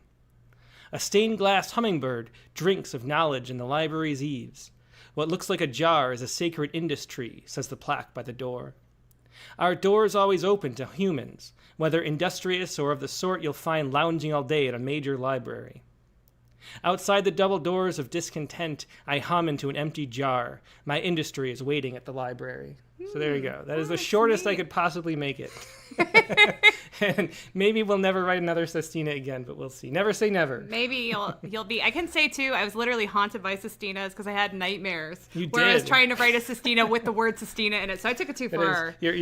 Your haiku dreams are like beautiful, blissful dreams. And I your know, sestina sestina is like still nightmares. Yeah. Okay. Well, let's see what everybody else has to share. And we'll go to Dick Westheimer, quick on the draw as always. Hey, Dick, how you doing? No, I'm doing great. Short sestinas. There's a wonderful short sestina by Jane Huffman that is like 3 words a line that is worth looking up. It's beautifully enjambed and really well done. So I loved doing this. I'm sorry. This is like I approached it with great horror and fear, but it felt like I was sort of like dropped off at this big house and I had all this room to explore. It was just like all this room to move around, and I'd move through one room and find the door out, and then find room, find the next room, and then eventually find my way out of the house. And I did have the advantage of longtime friends with Erica, so I ran my poem by her to kind of Oh, see if well. There you go. if it held. And I loved the freedom that she had, and you did too, Katie, with varying those last words. Um, and just using one or two of them to actually go way off script. So I enjoyed the um, rebellion of that. It's true. yeah, it was fun. So it was sort of like writing six poems that all sort of found their way together at the end. So this is called a sestina for darkness and first light. And I just read for the first time the Robert Frost poem Design and decided to take this on. What but design of darkness to appall, if design govern in a thing so small? Time had a beginning when even darkness did not exist, when the universe was so small that it fit on the sharp tip of a pin and was really nothing, except for everything and all that now delights and appalls, stars and dark matter, gentle caresses, and men ungoverned by right and wrong. Is this what is meant by design? I am not superstitious, but I see signs everywhere. Deer scat, fallen limbs, the dark stains coffee leaves on my shirt. I am not governed by the gods of rabbis and priests, but believe in the small ones of dust mites and quarks and shadows. These appall and thrill like bits of ink, sprouting seeds, simple things. Hydrogen, helium, black holes accreting gas, this thing we call light from the beginning of time. Who could design the line from then to us myth-making machines, apple-eating, Eden-leaving creatures who learn more from darkness than a god would want us to, who feel large and small at the same time, who suspect that we alone are love? Ask my wife. She'll find what you've lost, like that one glove I tossed off, picking through parts, looking for the things I needed to fix our pump. It was a spring so small I needed bare fingers to pick it from the bin. You should design, she said, a tool to keep you from dying of lost things. Her dark humor kept me alive when death visited and left its pall. And yes, death has stopped by in the only way it can, pale and needy, then expand without me, to waste the awe I've been given in my room with books of poems fingering my wedding ring. I think before the florid light, there was all that could be made by darkness. Inside us is something so small, all the goodness given and all that will appall. This is the singularity, the one thing, the universe, a sign that the dark embraces all that shines.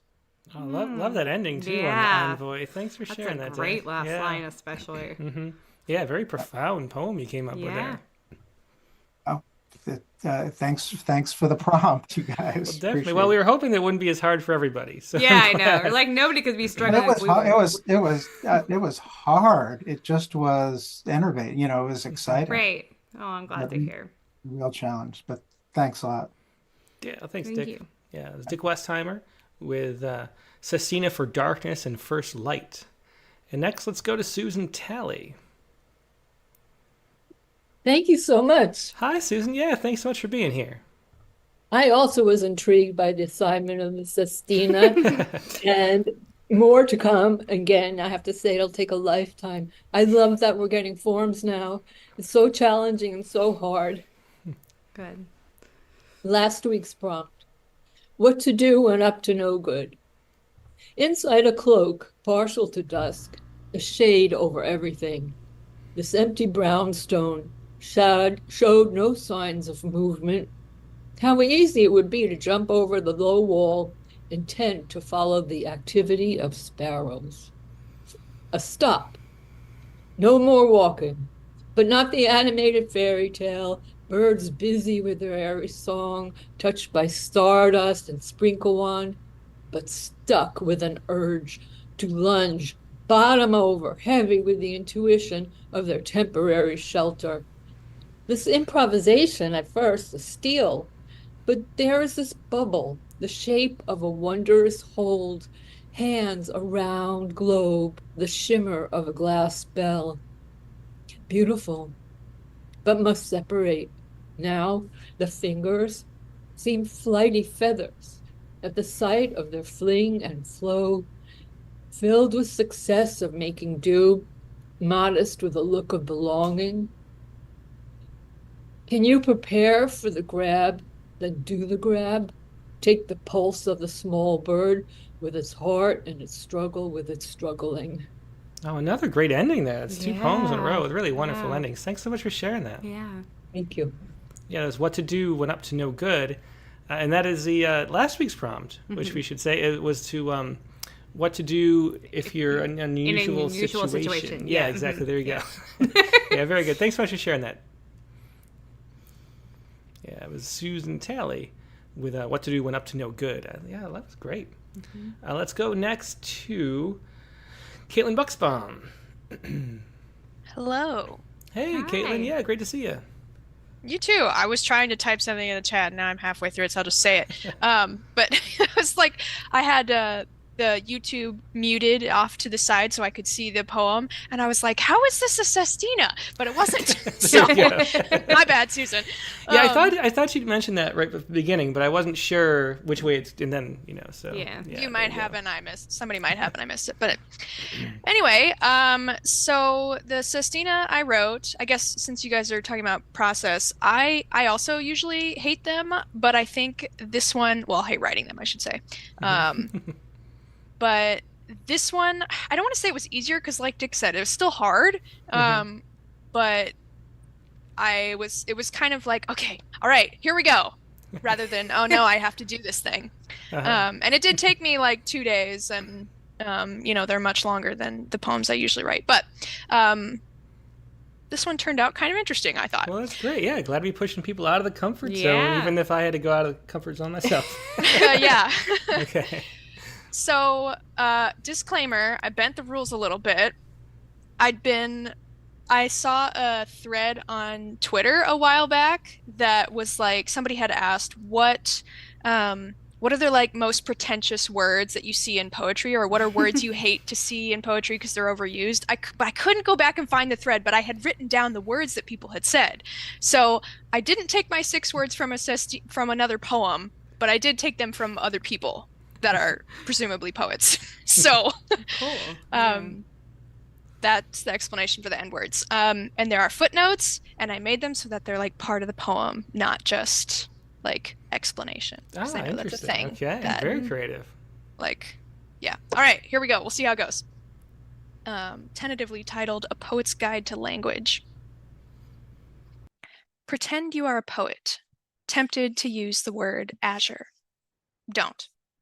This is a name for blue that opens the great maw of criticism, which, by the way, was more stomach, a womb for food, not a mouth, in the year 1800. And cerulean, just as cliche, pretentious even, but not as bad as petrichor. Yes, I'm afraid the smell of rain just can't be defined without consequence. The problem is how words define themselves over time, and we forget. Take azure, for example. Also a small butterfly, powder blue boys and pale, pale girls. A rare gem, lapis lazuli, bastardized. Petrichor, the earthen smell of god blood to Shakespeare's Ma. Maybe you've thought of the sky as cerulean, but did you know that's redundant? That this star womb is itself synonymous with that deep blue? A womb, you know, isn't just a container. It is best defined by what it births. For example, Pokemon's Cerulean City, hometown of Misty, invokes not the sky, but the sea, like she. Now, azure. Not just blue, but echo blue. A suggestion, a mouthing of words before the sound affects the color of rain smell, if we're talking about cross-pollination. Petrichor, are you lost? Try being born again when the word womb is used only in hushed tones. 1939, and the gaping jaws of war are closing around you, the future hard to define. 3 years later, in Iran, The fascists claim Azure for their party, the Azure Party, nicknamed the Iranian Nazi Party. The black shirts, not blue, cerulean or otherwise. Isn't it strange how the same sky that covers all of us isn't enough to rock, bleed us of our prejudices, carpet us with blue butterfly kisses of kindness, with wonder? Look into the gulf growing between us and seek synonyms. Redefine it as a pair of cupped hands, held open for giving and receiving, rather than a maw eager to consume. Even a greedy gullet yawns with exhaustion sometime. The shortest wavelength is a start, a scattering of crones left to understand each other better. Don't fear the rain. That wet clay scent is a reminder of what can still be molded, void of permanence. A river is never the same river. One day a drowning maw, another pre-petrichor, part of a cerulean cycle. We all come from some womb where life is defined. Maybe we should rethink Azure. That's great. Yeah. The rhythm of that's the thing I couldn't figure out how to do is to write. Enjambment's great. Write with a great rhythm and enjambment. That's like the key, and I'm not sure how you did that, but that was beautiful. She did Me it. neither. Yeah. Even with Azure. And also, if it wasn't clear to some people, I was gradually subbing out words for synonyms that I was making up, so some of them are not exactly the same. And also, I forgot to say the word define, that was not one I stole from another person, but the other 5 words were what I got. So from does that other mean people. it's one of the ones that you don't like in a poem? Define. Azure is one of my, and I also never knew how to say it. I had to look it up 5 times to be sure. Okay, somebody says it's said this way, so we're going with it. But anyway, very fun. it was fun. Thank you for the very process. Great, fun. very creative, Caitlin. Yeah, thanks for sharing that, Caitlin. Yeah, it was Caitlin M.S. Buxbaum with A Poet's Guide to Language. And next we'll go to Carla Schwartz. Hi, everybody. Can you hear Hey, me? Carla. Yeah, we can. Good to see you. Great to see you too. And what a fantastic night. Such great prompt, what's been generated so far. And I wrote, this was difficult for me. Mm-hmm. Oh, I think you froze. Are you there? The only thing I really liked about it is I had my last, can you hear me now?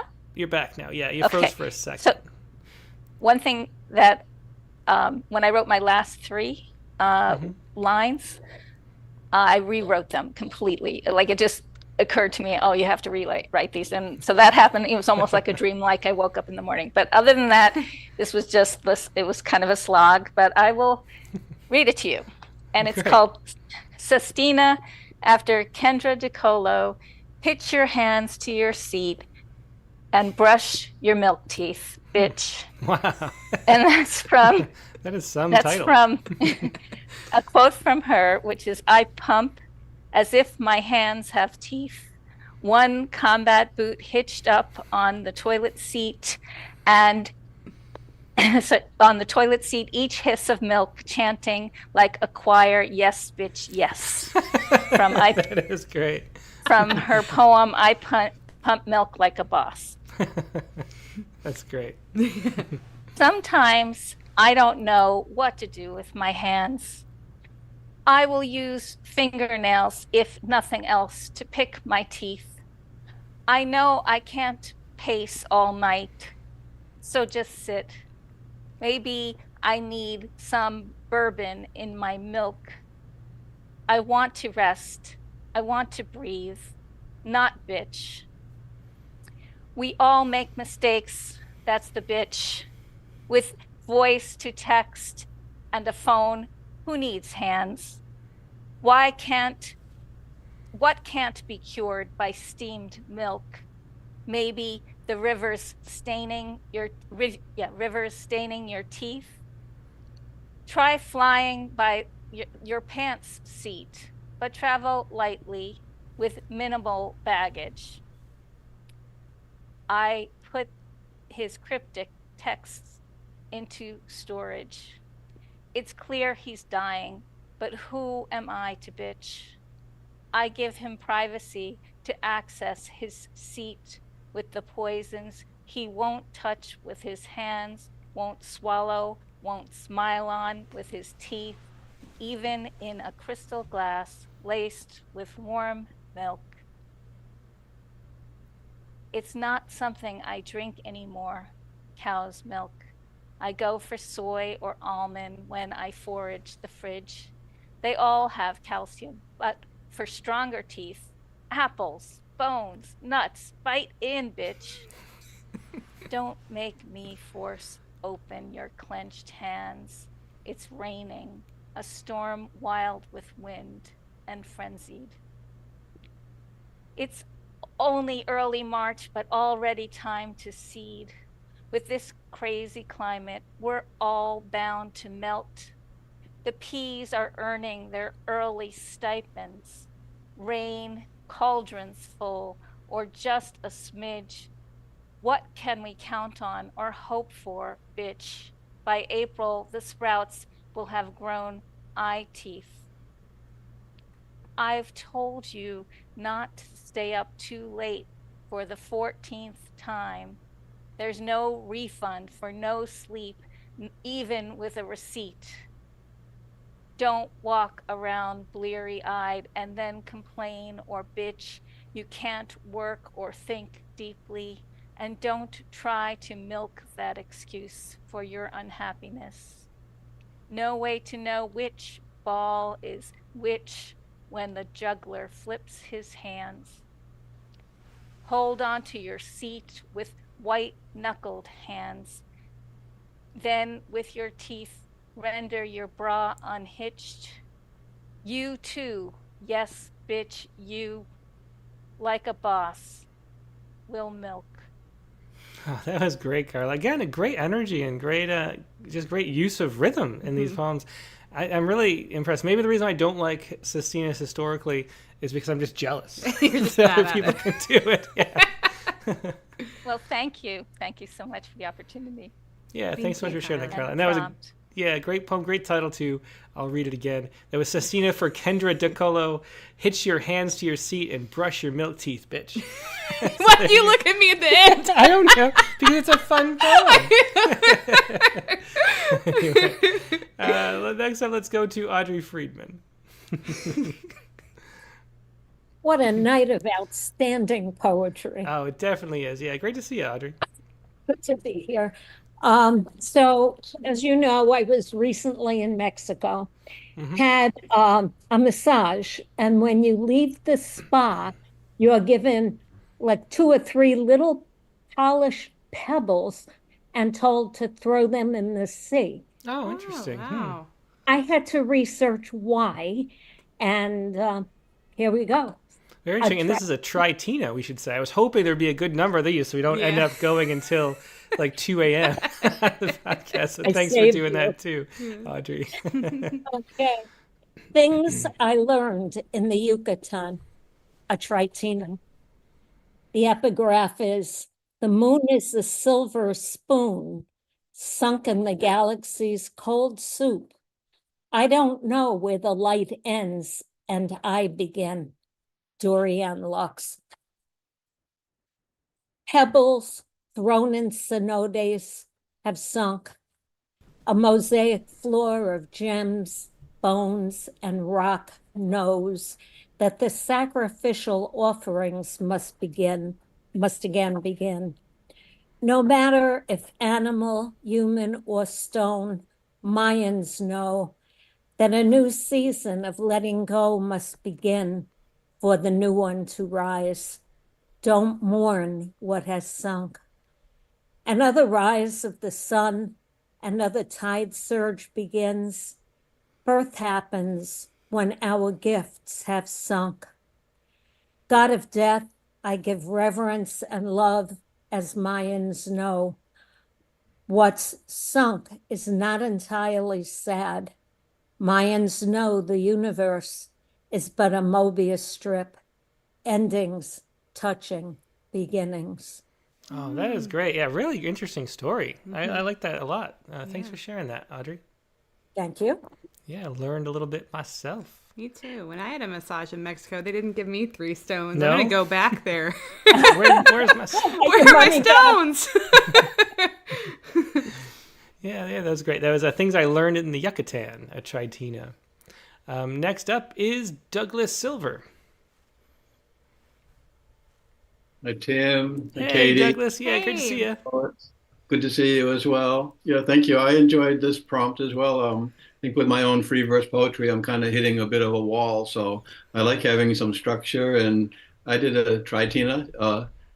I haven't written a sestina before, so I wasn't quite ready to go there. But I really enjoyed the structure and the element of surprise, not knowing where I'm going, just using those three words, which I did. So the epigraph for my golden tritina is an excerpt from the prologue to the tragedy of Romeo and Juliet by William Shakespeare. The prologue is one of four sonnets in the play, and it's called Our Scene. Our scene from ancient grudge break to new mutiny, William Shakespeare. All it took, one word, one gesture, and the grudge flew up again. And once again, our ancient history returns to tomorrow without warnings. This scene festering in the dust beneath us, in the souls above us, an ancient mistrust destroying our hopings, our wantings, unspoken, from a scene that started so long ago, no one can recall who provoked it, this grudge. Forefathers and foremothers of our childhoods can't recall the scene that came first without invitation, but more than willing, able to steal the ancient peace, what little left we have between us, this repeating history, this tireless grudge. Our grudge, more ancient than we know, breaking us in two, scene by tragic scene. Thank you very much.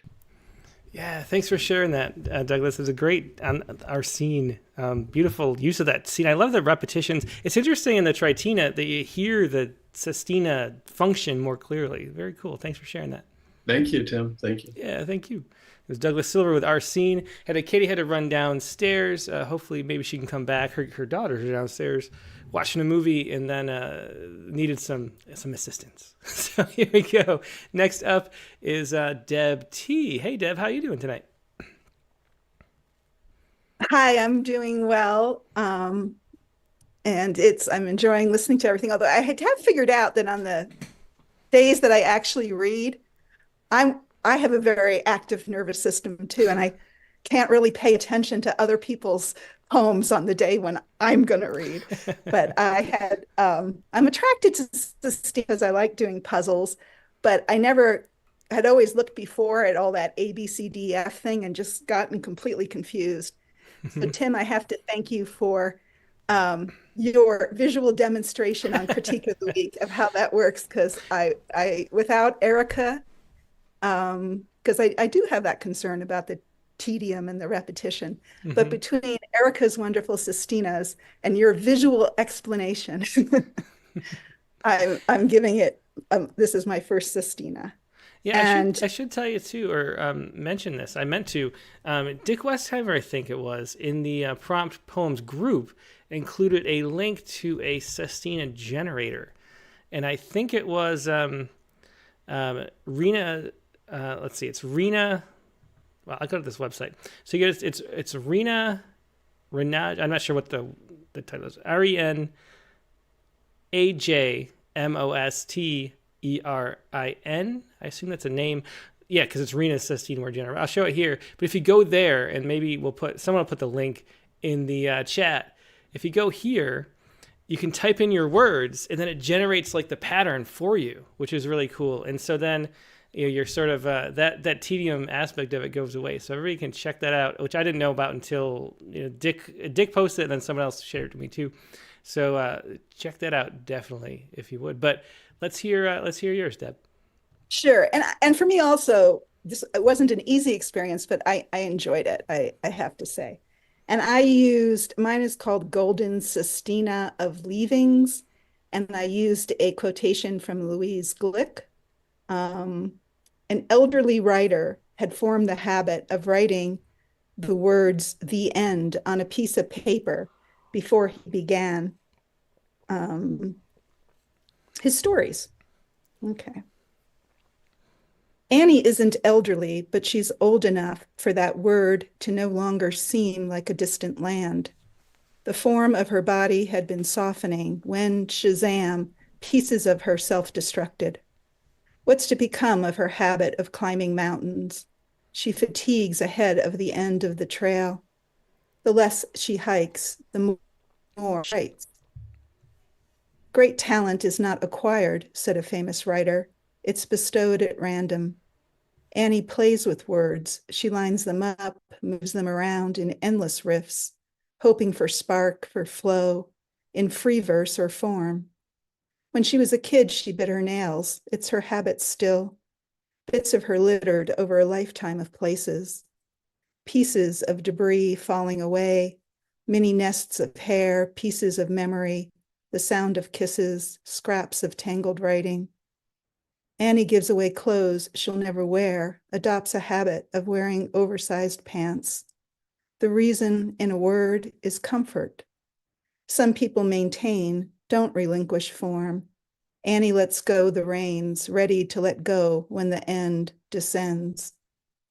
A writer she knows in the 70s thinks about the end of his life and the scores of notebooks he's filled, pieces of himself that he wants to keep hidden.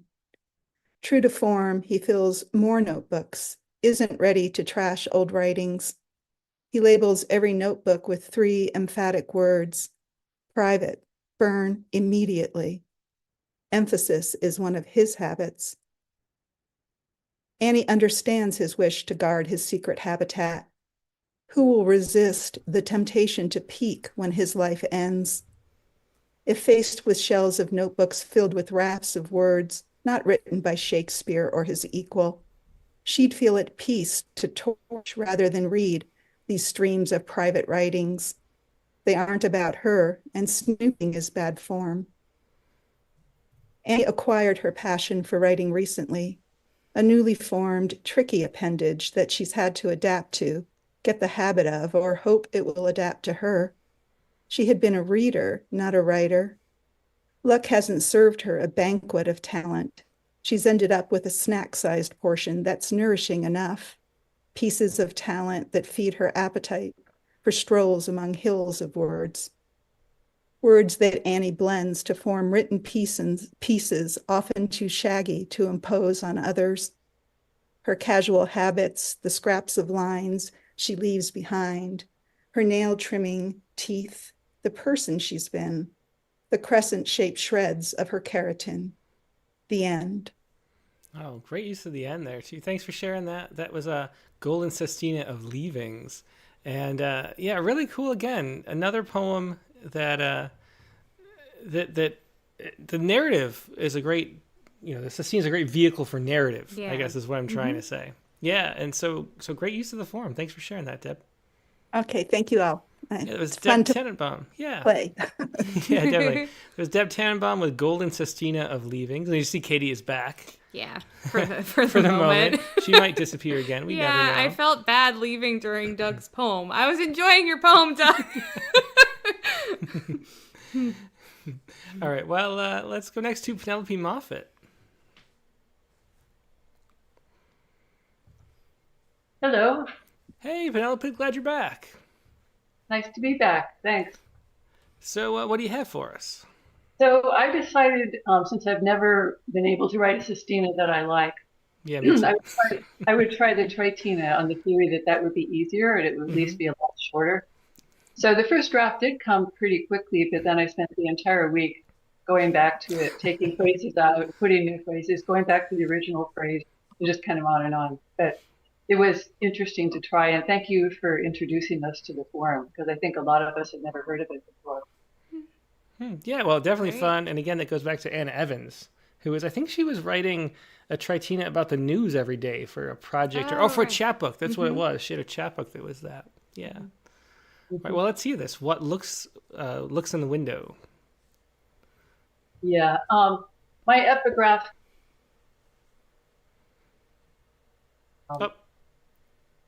Can you hear me? Yeah, you cut out for a second, but you're good.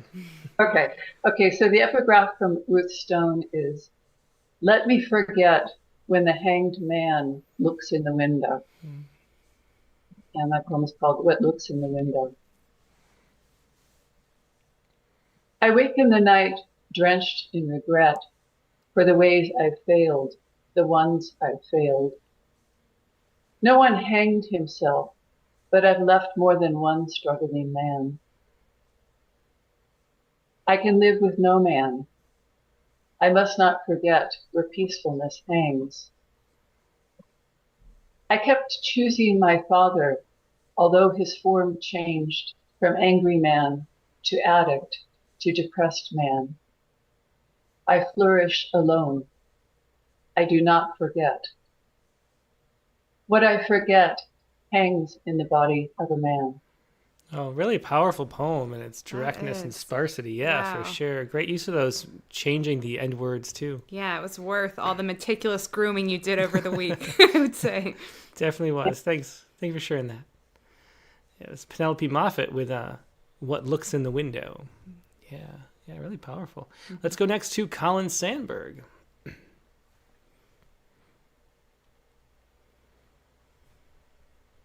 Hello there. There you go. Hey, Colin. Yeah, here I am.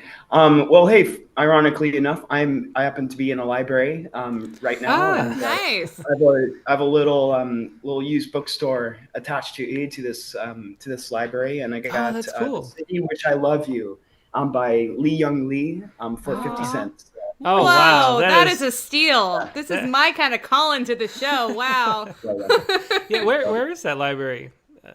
Oh yeah, it's just a local library in town, a Clackamas community library in Vancouver, Washington, and stuff. And so, the prompt was fantastic, so generative. I could never expect myself when I was first introduced to the Sistina through college. I was so intimidated. And it felt so long and stuff. But dang, last week's guest, Erica Reed, just man, her idea of the braided Sistina, and just the fact that each little stanza can switch context, kind of like a ghazal, kind of like other poems like that. Just was super generative for me. And heck, I have like 2 Sistinas in the works, and have a Tretina in the work. Wow, very cool. And so yeah, incredible. And so the Sistina that I have for you today is called Sistina Sanctify. My epigraph comes from G.K. Chesterton's Orthodoxy. And the epigraph says, he must seek life like water and yet drink death like wine. And so let me be quick with this, and let's go. Sistina Sanctify. So here it is, the unfolding of my systemic desire, hovering now over this idea about the courageous life, with this quote from Chesterton saying life is water, that I am still being taught how to wisely drink while climbing with my jagged nails, escaping death, and then happily dehydrate with IPAs and wine. It's like coming into a gas station for boxed wine, where my palate slowly reveals its desires. So I grab some Sour Patch Kids Liquid Death, and I wish I could justify the box of Life cereal, but for $5.99, I leave with my drinks and snap open that edgelord fizzy water. Was Williams redundant when he said rainwater? Let me try. Let's say grape wine. Let's say liquid drink. How about longing desire or breath life? Lifeless death? I've got a thirst for the near death, but my beard drips with everyday water. There's still a little doggedness for my life, embedded under my name. It intertwines, contesting against my deficient desires. So deeper do I sink. I'm approaching this brink. What does it mean, this death to self? For years I've desired the fullness of it, but not like the desire of water. Let me die to this self-insistence and never whine about it as I fearfully work out this resurrection life. Reteach me how to feed on his broken life, and let the Merlot that I so dearly drink become my entire cosmos, bread and wine that gleam like stars beyond their death. I'll drown my image in those starry waters until that heart unity of single desire punches through. Oh God, give me your vine wine, tangle me in its breath life. I shook out all other desires. Oh please, I lust only for your drink. My throat is dry as death, and I detest the taste of water. Oh, Oh, wow. Wow. That was really great, too. I am just shocked at how great all these poems are. Yeah. And maybe, I mean, unfortunately, that means we're going to have to give everybody really difficult prompts every week. Every week, Yeah. harder and harder. And that one made me thirsty also. So It did. Well, we got 2 waters, an iced tea, and a beer all right here. Yay, good news. Take your pick. All right. Well, thanks so much for sharing that. That really was great, Colin. So glad it inspired so many poems this week, too. Yeah. Thank you guys so much, and thank you for your prompts, and thank you for your guests. Awesome. Take care. Yeah, that was Sestina Sanctify by Colin Sandberg. Yeah, thanks again for sharing that. And let's go next to Monica Dobos. Well, hello. I didn't expect that because I submitted it quite late. Yeah, I am so jealous, like you, Tim. I'm jealous of James Crew's mind. And jealous of everyone who were able to write a Sestina, because like I don't think I'll ever attempt it. Yeah, well, that's what I thought, and I still feel that way. And I'm jealous of your glasses because they're super cool. They are super cool. And so maybe I'll attempt a Tetrina, but Sextina is like kind of not gonna happen. So I have a prompt from last week. Yeah, I don't think I have a lot to say about it, but let me just read it then. Okay. What to do if the line turns pink on the second test and you haven't had sex for a year? First, look in the mirror to make sure you are still you. Then feel free to Google in vain for explanations and panic. You are 45, single, unemployed. You have an 11-year-old son who has a father. God is an abstraction in spite of Mary, and you don't believe in abortion. A soul is a soul. A poppy seed is a soul, no less. The doctor won't put it that way, but whatever you do, refrain to tell him there was no penis involved, unless you want him to look for it in your head. Don't run to a priest either. He won't understand. Don't tell the sun, the moon, or the stars. Let it be your miracle before she is her own. Put on makeup, jasmine incense oil, and your favorite magnolia overalls. Have a pot of Tomka and almond champagne. Take a bunch of calla lilies to the cemetery. Put a hand on your belly and close your eyes. Crazy witch, beautiful mother, that you in there? Oh, wow. I mean, that is a great title, and then the poem lives up to it, too. Yeah, which is a lot to live up to. Yeah, thanks so much for sharing that. Very fun. Interesting. Thanks for sharing that, Monica. Is Monica Dobos with what to do if the line turns pink on the second test and you haven't had sex for a year. That is a title of the day. Okay. Let's go next to Sandy Iannone. Hi, Tim. Thanks so much. Sandy. Yeah, thanks so much. It's been a bit since you've been. I think you were on like one time before, maybe. It's good to see you again. I see you in the comments all the time, though. But it hasn't, I have to cherry pick carefully, unfortunately. And I couldn't miss James Cruz. Wow, phenomenal. Just phenomenal. Well, I mean, if I had seen the prompt, I would have tried it. Because I love Sestinas. I'm just weird, I guess. But I will tell you this. Well, before you say that, what is it that you love about them? Yeah. Okay. I like the obsessive nature of the repetition and the pattern. It's like how to get out of a box from within a bag. Like, very good. Nice. Mm-hmm. And so it's a bit Houdini-esque. Oh, that's great. I can definitely understand that. Yeah. I think I might have to quote that on the poetry space on Thursday. I'll remember that you said this. That was great. But seriously, that is serious, I suppose. But what I really find for me, my moth to the light of a Sestina is if it's something I absolutely feel I cannot write about.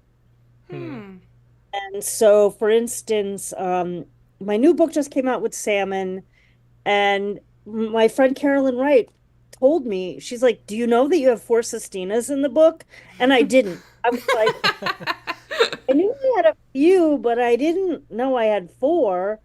And one of them is about the Pulse nightclub shooting. Mm-hmm. And then this one is a poem about Rachel Corrie, who was killed in Rafah in 2003. And I'd been trying to write this poem for over like for almost 20 years. And a friend invited me to a reading that was a benefit to for like Palestinian rights, and I had had this story in my mind for a long time, and the Sestina was what allowed me to write it after Mm-hmm. that long. Wow, that's interesting. Yeah. Yeah. So I thought you'd find that a little fascinating in terms of how everyone's process has been tonight with their Sestina. Mm-hmm. So Yeah, definitely do, and I'd love to hear that.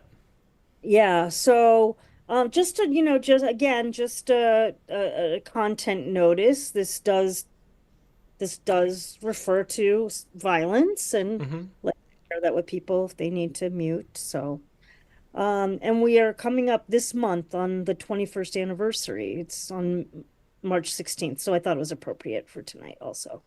So this is Let No One Stand Alone for Rachel Corrie, 1979 to 2003. The day I reconnected with evil again, driving south on I-5 to escape my own mini-series of headlines in Bellingham. The news from Rafah broke, horrific, like all history emerging, that she had died, clutching fistfuls of dirt that day when she stood her ground alone. Bulldozer and American college girl, a standoff. March 16th, 2003, and NPR reporting that evil had prevailed in not so many spoken words. Outside of Everett, I clutched the steering wheel and the story's every word, harder than a car owner should, my knuckles turning whiter than history recorded. Each mile driven bringing news of worse news as Western Washington blurred by.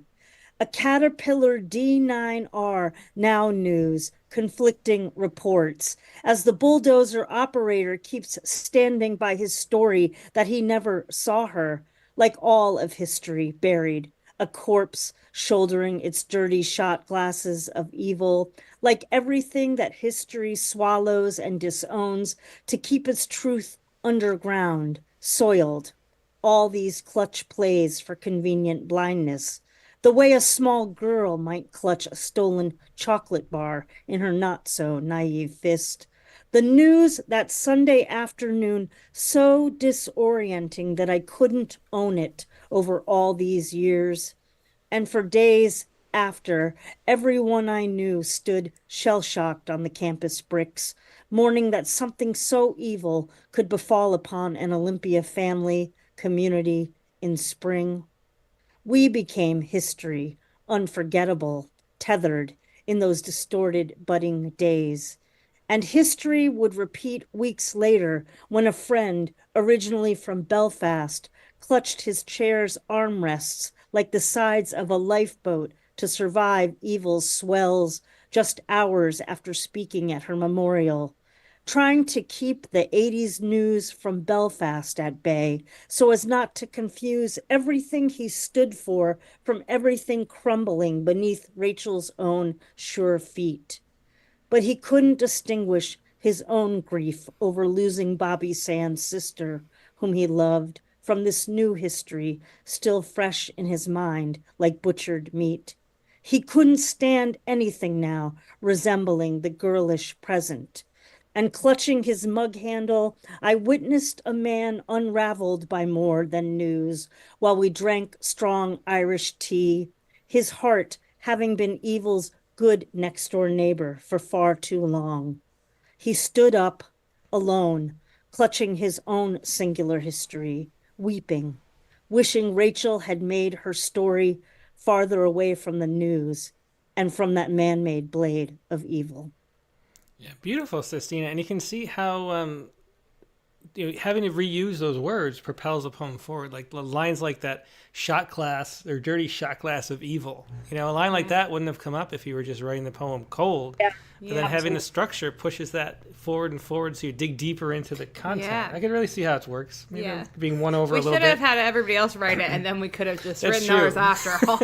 All the tips. Yeah, that would have helped. Well, there's a group out in New Mexico.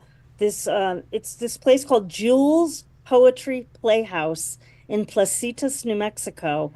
And Jules Nyquist has written a book called like the Sistina Playbook. So there are actually books about Sistinas if folks want to get, if you want to lean into it a little more. There's a book about everything. That's true. Well, very cool. Well, thanks for sharing that. I did not know, Senator, and that's great. Yeah. Well, excellent. And what's your book again, so people can, if they want to try to find it? Oh, it's called The Glass Studio. And if you really want obsession, every single poem in the book has the word glass in it, even though it's not in part. Yeah, wow. Well, very interesting. Thanks for sharing that. Glad you could be on, Sandy. Yeah, that was Sandra Iannone with Let No One Stand Alone for Rachel Corey. Next, let's go to Brian O'Sullivan. Hello there. Hey, Brian. Yeah, great to see you. Hi. Yeah, good to see you. This is a great night. So, I had a strange process with this. I was kind of overconfident at first because I had one Sistina that I've written that I've liked before that you curated. So I said, I can do this. And then, I had a lot of the stop and go that you were talking about. I thought I might not finish one. And then it finally clicked into motion yesterday. I think what happens is that while you're busy with the stop and go on the left side of your brain, right? There's a lot of right side of the brain activity going on. Some subterranean flow was happening, came out, And so then after I wrote that one, I wrote another one. What? Brian, hold on. Saying that like it's not a crazy feat. Wow. I don't know if it's a crazy feat, but it was a crazy thing to do. It made me kind of doubt my sanity a little bit, but I did. So I think I'll read the second one, Tim, in the document that I sent you. Okay, sure. Yep, I got it here. This is To Be Astounding, right? Yes, To Be Astounding, a nightmare. I am something astounding. I am like the Grand Canyon, I said, by which I meant I sometimes feel hedged in. Rachel Carson, how I am like Donald Trump. Sure, that would be grand, my grandmother, whom I never knew, said, when I told her I jumped the sea and the hedge of time to visit. What it all meant, I do not know, but it made me feel like I was someone who could cross time's canyon and be wanted on the other side of that canyon, like Doctor Who or Jesus, someone grand like that. I'd love to know what it's like to have that power and popularity, I said to myself, and I think what I really meant was I wanted to matter. I tried to hedge jump to my grandma, but the hedge jumped over me, and I fell through the canyon into a sea where I knew I was always meant to hunt. And there my shocked grandfather looked at me.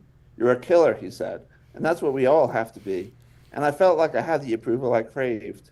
But there's nothing like praise through sharky teeth. I fled to a kelpie hedge. Sorry.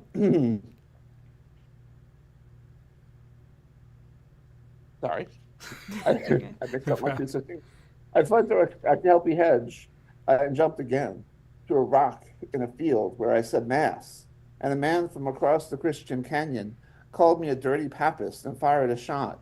This grand reformer loved to hate my church, and he meant to send me to hell.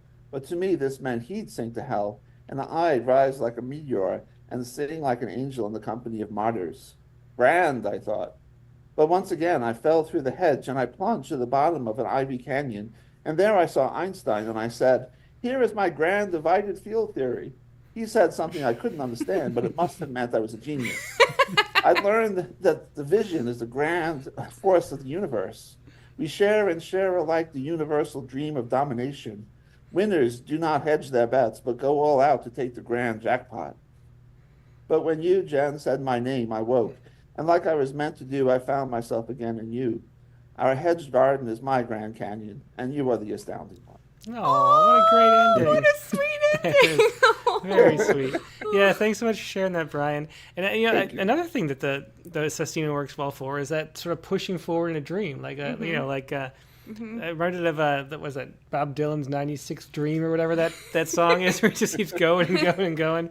Yeah, really great, fun way to push surrealism too. Yeah, I loved how your envoy really pushed the poem further. That was something I struggled with. I felt like I was always writing a summary of my own poem, kind of like a bad Hyven, you know. So that was really beautiful. It really went further. That leap back. Yeah, I like that. Land, so it gave me that opportunity. You know, that I liked having the input for that. Well, I'm sure Jen was happy about it.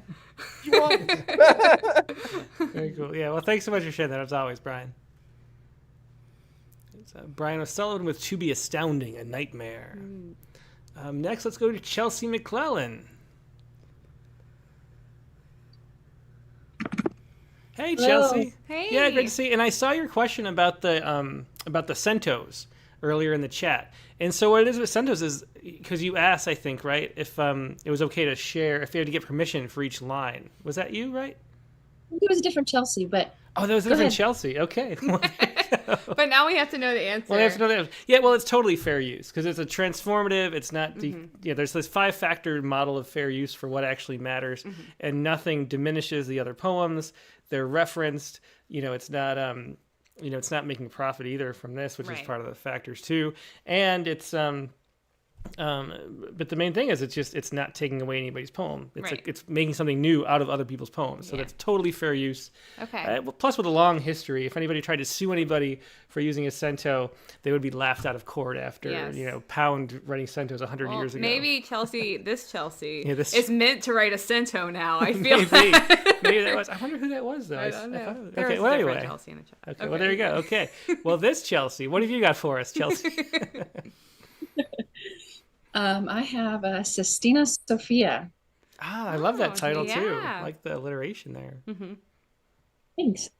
So I took a quote from one of my own poems. Interesting. Which was a question that she asked in the Prompt Lines Facebook group that I okayed. So, Your ruling. Yeah, my ruling. I think somebody had already commented and I felt kind of superfluous commenting, but I commented anyway, Chelsea. So, sorry, go ahead. I appreciate that. No. So it's from a poem called Call Me That. It says, wisdom says this cannot be compared to losing child sweet, whose eyes and mama's gazed at rest, with coddled head upon her breast. But wisdom shouts into my ear, dare not compare this loss to mere imagination, here beguiled into saying you have not just lost your child. So this is Sestina Sophia.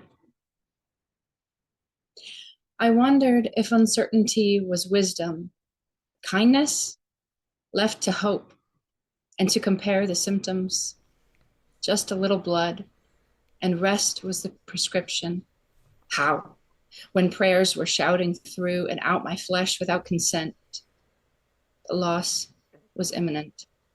No kindness, question, child. The morphine made my voice speak as a child's, a run of sap without a sieve, when wisdom said to filter out the flies. Instead, I lost my mind in foaming maple, dared compare the lady nurse with someone holy, shouting praises, even as the septic laid my baby to rest.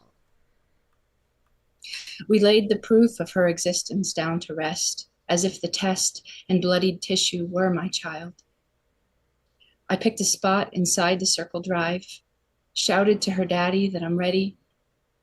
My girl, wisdom, Sophia, shall I find a flower to compare? No, a seed, tucked in by blanket flowers, flowerless. When I was finally left alone, I lost myself in yellow hugs, her onesie, resting on the shoulders of another.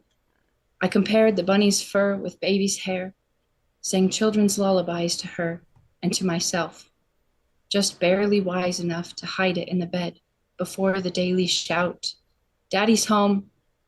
She never had the voice to shout, nor a voice to say what I was thinking, at a loss for words, when a friend with temporary loss of wisdom said, At least you know you can get pregnant. Restless shame peeks around the corner to remind me. Child. You didn't say, child. Say, how dare you to compare this loss to mere imagination?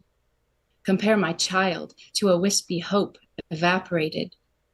My shouts of labor pains to rote menstruation. Child. You didn't say, child. Though I'm sorry for his loss of words, I'm sorrier for mine. The burden rests on me to birth the phrase that brings my girl to life. Wisdom, Sophia. But dare I birth comparison to prove her loss? When common, sun-warmed clay already shouts that all the rest have felt the light. Where children stare, but fathers close their eyes. To my Sophia, wisdom. Wow, that poem was amazing. Chelsea, that was so beautiful. Thank you for sharing that. Wow. That was, yeah. I mean, one of those, I was thinking about, Dana Getch talking about controlling a room and how you could hear a pin drop when you were reading that poem. I think our air conditioner even stopped I think functioning it did. for that beautiful poem. Yeah, thanks so much for sharing that, Chelsea. Really poignant. Thank you. Yeah. Thank you. Yeah, that was Chelsea McClellan with Sestina Sophia. Next, let's go to Nate Jacob. Good evening. Hello, Nate. Yeah, great to see you. And you've joined the ranks of the bookshelf behind us. Yeah, I see. look at Your that. bookshelf is looking good. We got some baseballs. We have some Nate Jacobs flavor back there. All kind of books, too. Yeah, some books, too. Yeah. I'm still sitting on the floor, though. What's up with that? I'm on a stool that makes me look like I'm like 2 feet shorter than Tim, but Maybe you are. maybe I am. Hey, I usually feel pretty inadequate in this, and today I feel really inadequate. These have been amazing. Why did I think it was going somewhere different? I was like, is Nate Jacobs going to brag? This would be exciting. No. But He's no. got the idea of comedic timing. He does have comedic. He gets me every time with it. Okay. Anyway, and James Cruz, wow, that was amazing. So I've got some evaluating of myself to do after that. He was great. He's a guru. All right, let's hear what you got. I've got a full Sestina, first I've ever attempted. Yay. It's based off of part of the love song of J. Alfred Prufrock. The first poem that ever really got me. The part says, shall I part my hair behind? Do I dare to eat a peach? I shall wear white flannel trousers and walk upon the beach. I have heard the mermaids singing each to each. I do not think that they will sing to me. And mine titled is As If You Could Hold On to a Fish Out of Water. Everything ocean flowed through her hair, flip-flops slapping the legs of her trousers, slapping the boardwalk. She'd fallen behind, saying that she heard the mermaids calling her, willing, down the beach. Stay with me, I'd sing. I too can sing. If she'd only stay with me, I'd sing, until her teary eyes held me, her hair dripping sand down her nose, the beach going with her on toes, in cuffed trousers. And the plan was to leave the mermaids, leave the crowd, leave them all behind. Leave them deep in silent wake, far behind under cover of marine fog. Let them sing to wayward sea lovers, these mermaids. Let the cool mists freeze in their billowy hair. Gather shells if you must in pocketed trousers, but don't hold them to your ear, not at this beach. Fish scales drift and blow across this beach, eddy around the mesmerized, the left behind, as deep as the sanded knees of their trousers. No beauty here to lure her in, but still they sing. Can they be so certain she will listen? Pull your hair tight across your ears, they lie, these mermaids. But she grew up with dolls in the tub, her mermaids, whom she called up from the deep to her hopeful beach. She dressed like the ocean, tied driftwood in her hair, swore to the tides she would leave us all behind for life underwater, for the chance like them to sing. What use then, legless in her dreams of trousers? Yet there she is, far behind in her wide-legged trousers, facing the surf, straining to hear the mermaids. When she was young, we would hold hands and sing. Now she asks for rides daily to each different beach, hoping for proof, a song that she has not been left behind. It always ends in tears, in sand dripping from her hair. She'll never not sing nor fight wearing two-legged trousers. She never cleans seaweed from her hair. And though the mermaids leave her at every beach, she's closer to leaving us behind. Yeah, that is great too. Thanks for sharing that. Every time trousers comes up, I love that word. It reminds me. You love that word, trousers? I do. There was more than once that I regretted the words I chose to repeat. I love the word mermaids. I would pick mermaids over trousers in that poem. It's just, it is. It was Erica suggested like use an unusual word. Oh yeah. And I think you don't hear trousers much, and that's such a highlight from. Let's bring it back. That was a tough one. Good exercise. So very thanks for fun. the offer. That's very musical, Nate. I really liked it. Thank you. Thanks so much, Nate. There's Nate Jacob with if you could hold on to a fish out of water. And would the fish be wearing trousers? We'll find out. He did. Mark Grinier is next in line. Hey, Mark. Hi, everybody. Hi. Hey, great to see you. I chickened out on the Sistina and went back to last week instead. No problem with that. Next time, but listening to the poems today, I may change my mind and go back and try the Sistina next time. Yeah, it's tempting to see the good ones, and then you start writing it, and you're just share it next week. Yeah, absolutely. Yeah, there's some good stuff today, and I enjoyed the interview today too. Today, my not Sistina. What if daylight savings time? Oh, I can feel this one already. Oh my gosh. Okay. What time Falling is it? back.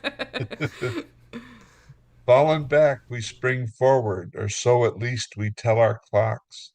Dawn's eyes open earlier. Sunset comes earlier as the hours of night shorten and day's light lengthens. In fact, we manipulate the light and the darkness that shapes time to our wishes, or so we have been told. Saving time warps my internal clock, disturbs my sleep and my waking for work or play. Restlessness and rest lose contact with when it's wise and worthwhile to begin again as seasons turn and spring sets in, or autumn falls into winter's icy blight. I ask myself, why can't I comply with this frugal finagling, this empty lie, and learn to love this temporal glitch in the regular workings of my and our everyday. Oh, that was great. And I definitely could relate to that because, gosh, it is. All we've been doing for the past day is complaining, basically. It really is. Oh, end this now. But thanks. That's a great anthem. Yeah, that will be your anthem. Thanks, Mark. Okay, thanks, everybody. There's Mark Grinier with What If Daylight Savings Time. Yeah, that's great. All right, next we have Laura Berg. Hi. Hi, Laura. Hi, Laura. Great to see you. Well, I went for the Tritina because I'm not very experienced with this form, so I thought I would try the Tritina first. And I had sort of misunderstood that I was supposed to look for a line from a poem that another poet had used as an epigraph. So I was opening all of my poetry books, trying to find epigraphs to the poems, and finally found somewhere, the old standby that, the woods are lovely, dark and deep. So I took those 3 words, and here we go. A wrinkle practicing calligraphy. A wrinkle inscribes Aleph, its first letter, between eyebrows with a flick, lovely as a dancer's wrist, drawn in concentration in most sumptuous wrinkle ink. Dark as the past when we're not looking.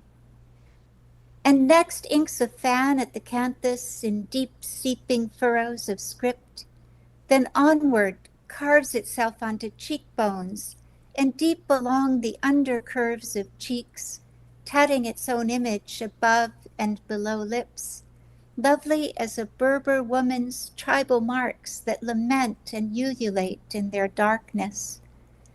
And next on its journey crisscrosses the neck like a weaver's shuttle, pleating dark accordion folds, the kind that need years to unloose their stories, creased so deep, then onward to etch the chest with peals of laughter, whole kettles full, so lovely to be a wrinkle, writing upon people who are loveliest wrinkled, dark and deep.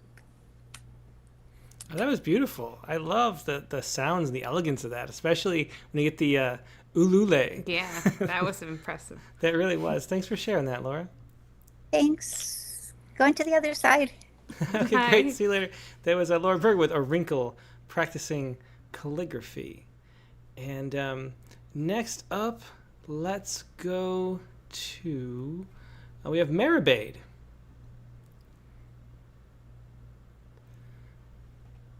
Hello. Hi, how you doing? Hi, I'm great. Don't think I've been on here in like 3 years or so. I have a 3-year-old, so Yeah, it's been a long something time. like that. Congratulations. I was wondering, yeah. Let me try to find your poem here. Maribade. Okay. It's Maribade Carr, right? Yeah, it was Yeah. probably about 15 minutes ago that I sent it in, I think, or Okay. 30 maybe. Yeah, no problem. Let me just pull it up here. Okay. So great. So glad to have you back on after such a long time. And congratulations on your baby. That's great. Yeah. I watch or just haven't had the time to ever call in No, since, I definitely. understand. Yeah. Okay. Maybe she sent a prop lines. Is that Yeah. We're gonna find it. We're gonna find it. We're excited. We are. Let's see. Well, could you have sent it to the open lines account instead of the prompt lines? Let me see. Send it where? Let's see. Open mic at Rattlecast. Did you send it to the old one maybe? Okay. Since you were since you Well, I haven't been sent on it through all- Submittable, but are you saying you want me to through send it through? Submittable. No, we're good. I'm Yeah. just trying to pull it up. Sorry. Oh, okay. I didn't have Okay. Submittable up yet, so let me. I'm enjoying sorry. this tour of seeing the 75 ways Tim's going to open a So you can poem. This is find poems. interesting. Poem bingo. That sounds like a good title right there. Okay, so let's see. It's called Time, Space, Space Time. There we go. I got it right here. Yay! Yeah, there's there are a lot of ways you could look up the poem. Okay, well, so glad to have you back, and so glad to hear this poem. So this was this a Sestina too? Yes, this is Sestina. I think I started on Saturday and finished it while we were talking, like at the Uh-huh. beginning. So Oh, that's great. Hot off the press. I love doing it. I used to write Sestinas a lot in my like early 20s, late teens, and I haven't done one in so long. It's not where I want it to be, but I just love the energy of it. So Great. Oh, bear that's with great. me. Yeah. Well, thanks so much for sharing. Let's hear Yeah. it. Okay. Time, space, space time. My friend walks soft as a weaving on the wind. He backlights my dreams by Diane DePrima, and Exercise in Love. Once upon a space, you were a friend. It was opening and laboring long walks. Its cervix finally qualified as soft. We met eyes and our words started weaving. We measured rain and collected wind. This birth broke through the backlights. Weather cycling like mood-censored backlights, fabricating the space like a needy friend, pushing out love like a heavy wind, afraid of rearranging furniture. It walks through rehearsing and reweaving, every stained thread gone frayed or soft. What is all in when you can't see past the soft? Sorry, lost where that I went too fast. Where are we? Okay. When you can't see past the soft glow of morning, each decision fading in backlights. But cursive on a paper contract starts the weaving of space and time. It's still a construct, friend. But you fight that illustration with our strategy walks. Time turns towards you while you run against the wind. I nod at the pace change until I just wind up so far behind you. Your look back shows a soft spot that smooths out your face and walks you back to that space where we place backlights, angled well enough to show distance from where friend became a web release from heaven, ready for eternal weaving. Unlimited and unbreakable. I thought we were weaving the same dream, reinforcing it as we tested the summer wind and building a forest around our web. But time was not my friend. It was simply a place to land, not shattering me completely, soft enough to allow tiny cracks to slowly blur the backlights and force me blind. Arms stretched, tearing the web as it walks away from gravity, knees wobbling, time untalking our walks, unwalking our talks, flagging words for weaving into a new perspective. An old view where fear backlights the belief in love, throws it into the wind, doesn't let it sit out the storm, presses on the soft spot, tests this space. This time, how long will the sun keep you, friend? We met where you flew through me, slowing my walk. I felt encased in honey and felt my dance weaving me through waves of ecstasy and the concrete backlights of the city, the ache of eternal wind. These jagged gestures of reflex sit soft in my chest, holding a hand out for my friend, never flicking off the friend from the sleeve, so soft and ready for a cautioned wind. Oh, excellent! Yeah, I love the breakdown of that too, and in the style of the Erica Reed, with every stanza standing alone. I like how it feels windy. Yeah, that's great too. Yeah, thanks so much for sharing that, Mary Bate. And so glad you came back. It's always so great to see, if you wait long enough, the people who used to be on earlier sort of reappearing. And it's really wonderful to see. It is. Right, well, take care. That was Mary Bate Carr once again with Time, Space, Space, Time. A couple people left. Mary Lisa DiDominicius is next. Hi. Hey, Mary Lisa. How are you guys doing? Okay? Great. How are you? Okay. I'm good. Oh, good. I can see you and not me. That's better. I'm gonna pull up my poem. I was listening to a Rattlecast, an older one. I think it was 225 or something. And Timothy was saying that he's not crazy about sestinas, and also he's not crazy about reacting to the prompts like in a week. That he likes to take a little more time with poems, and I was like, interesting. Yeah. So, with all that being said, I'm going to read a poem from last week's prompt, and I'm gonna still work on that sestina, but in the meantime, I'm gonna read this one. So it was what to do if you have to fill in for God. First, don't get any big ideas. God already has a plan. You can't mess it up, even if you try, because God is all-knowing and will have prepared for this time off. The universe to your own human hands, and don't be afraid. The galaxies and beyond know what to do to survive. The animals, too. Well, most. It's the human mammal you'll need to pay attention to. They say it's a zoo down there, but I've seen better zoos, circuses, and nature preserves, like jam on bread, those acres of green, those waves of grain, and mountainous ocean floors. And I've seen better cages made for homeless cats. They call them feral. But look, here's a girl you thought you saw, swirling her hands in finger paint. Where's her paper, you wonder, as the well-fed, warmly clothed, almost safe photographer zooms out to reveal there's no wall around her, no backyard, no paper. That's not paint. It's blood staining her hands she's trying to rub off, and those aren't kittens in the background. Those aren't kittens in her lap. That's a limb there. Those are bodies. She's not laughing. You may have guessed by now. And she's not feral. She's not wild. Shivering. She wasn't homeless before this. Poor little fill-in for God. I don't know the solution to the equation when trying to solve for why. I can only say people expect an opposite and equal reaction to every action. So every up needs a down. Every dark must possess light, and so on, so everything remains a contradiction. My advice, always measure joy and pain and spread them over humanity as equally as you can. And if you'd like to use me as an example. Like on those nights God lets me writhe in anguish, I don't hate God if I can believe I bear someone else's pain.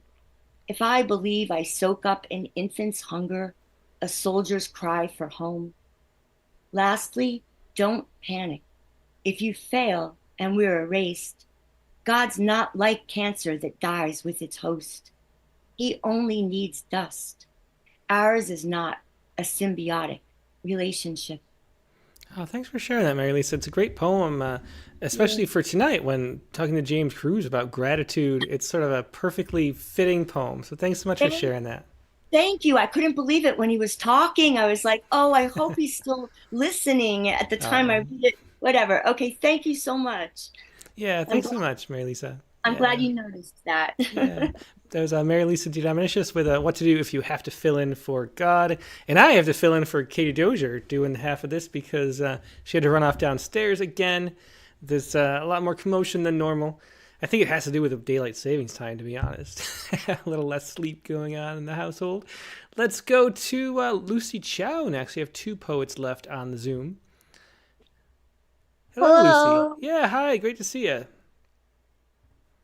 Yeah, hello. So what do you got for us? I got daylight saving time.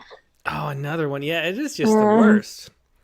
It really is. I got to end this at some point. Yeah. Nobody is happy. Not a single person. Even Katie's daughter is downstairs. So, so this is Sestina for Saving Light. And a quote from Gerald Manley Hopkins. And for those just listening, there's some colors going on in this poem, too. Yeah, because this poem talks about colors a little bit, so I think it would be fun to have some colors in the image itself. Mm-hmm. So I sent you the images. Yeah. Okay, well, why don't you go ahead and read it? I have them up on the screen. Sestina for Saving Light, March 10th, 2024. It was a hard thing to undo this knot. The rainbow shines, but only in the thought of him that look, yet not in that alone, for who makes rainbows by invention? And many standing round a waterfall see one bow each, yet not the same to all, but each a hand's breadth further than the next. The sun on falling waters writes the text, which yet is in the eye or in the thought. It was a hard thing to undo this knot. Gerard Manley Hopkins. Today we spring the clock forward to save blessings of the sun. We love sunlight, the sky's bright blue sphere and our eyes' briny spheres, embracing cool, calm comfort. Rainbows span from ultraviolet to infrared, from spring to fall, bud red, bloom gold, leaf green, fruit purple. Life's great invention is that no two flowers show or bees see colors the same. My body clock and kitchen clock are not following at the same pace, this blue globe rolling and the stars shine showered by the sun. When humans lose 1 hour of sleep, they think the invention of daylight saving time is treachery against life. Our eyes and brains are too brittle to be jolted every spring and fall. How can state legislation save the substance of rainbows? There are shadows, black and white, color shadows, shadowy light, spectral light, and transparent light on one same long, slim scroll written by the sun on Yosemite's famed firefall. Since noon, people have been awaiting the moment the sun melts ice on granite. Dusk alight with crowds of radiant eyes. Hunger for harmonious beauty is nature's greatest invention. Plants, who never invented daylight saving time, are inventors of two color molecules carefully chosen from the rainbow to make life possible. carotene, and chlorophyll. What I see as green and yellow eats red and purple. It's not the same for each being, but we all live in the commonwealth of sun. It's the sun's morning glory, the sun's earthrise and moonfall. In pre-dawn dreams, as my heart's dark red tides rise and fall, my colorful dream time continues its constant reinventions. Then I wake, wash, begin my morning worship of the sun. By the window, light harps on the glass rim a little rainbow. Each day I say these prayers. They never echo back the same. Inhaled darkness is exhaled as light with my opening eyes. So much creaturely beauty depends on the form of eyes. Peacocks, fish, butterflies, milkweed monarchs let light fall through hills and dales on bright bitter wings, with the same joy photons somersault among cones and rods invented and gifted by lizards. Saving all blessings of the rainbow for one's own use, eludes even the god of poetry and song. Today, the sink of time and light is not the same. My eyes untie that fireball of sun. Unfailingly falls its fulgent yarn. Each penumbra of daylight and dark invents a rainbow. Well, thanks so much for sharing that, Lucy, and definitely, the daylight savings time is such a annoying thing here. I love having another poem about it because it is such a just a bizarre thing that we do. And Katie Dozier is back. We had to get her settled back in. She's getting her exercise too, running up and down the stairs. I am. It's true. But thanks for sharing that, Lucy. Yeah, thank you. Okay, we have 2 poets left now. I think this is going to be the longest open lines you've ever done, which was predictable. Predictable, given the form. Let's go next to Bishwajit Mishra.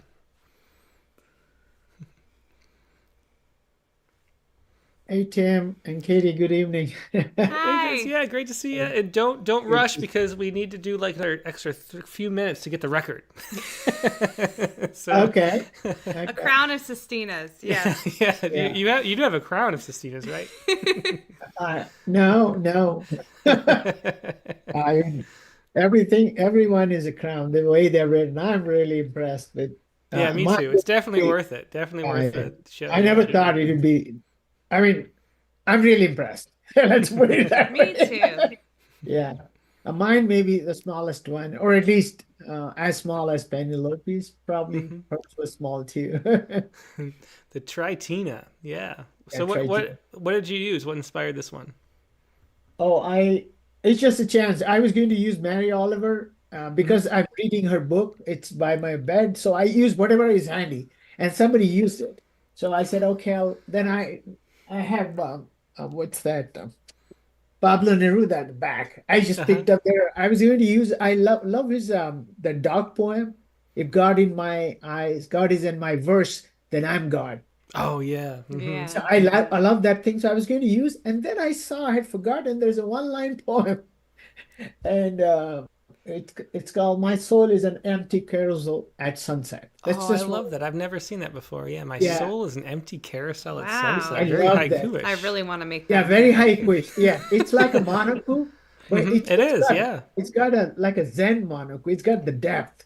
And it was a leftist guy to write something like it's really, I don't know, for some reason it sounds, those 2 poems, they sound very, very unusual for Pablo Neruda.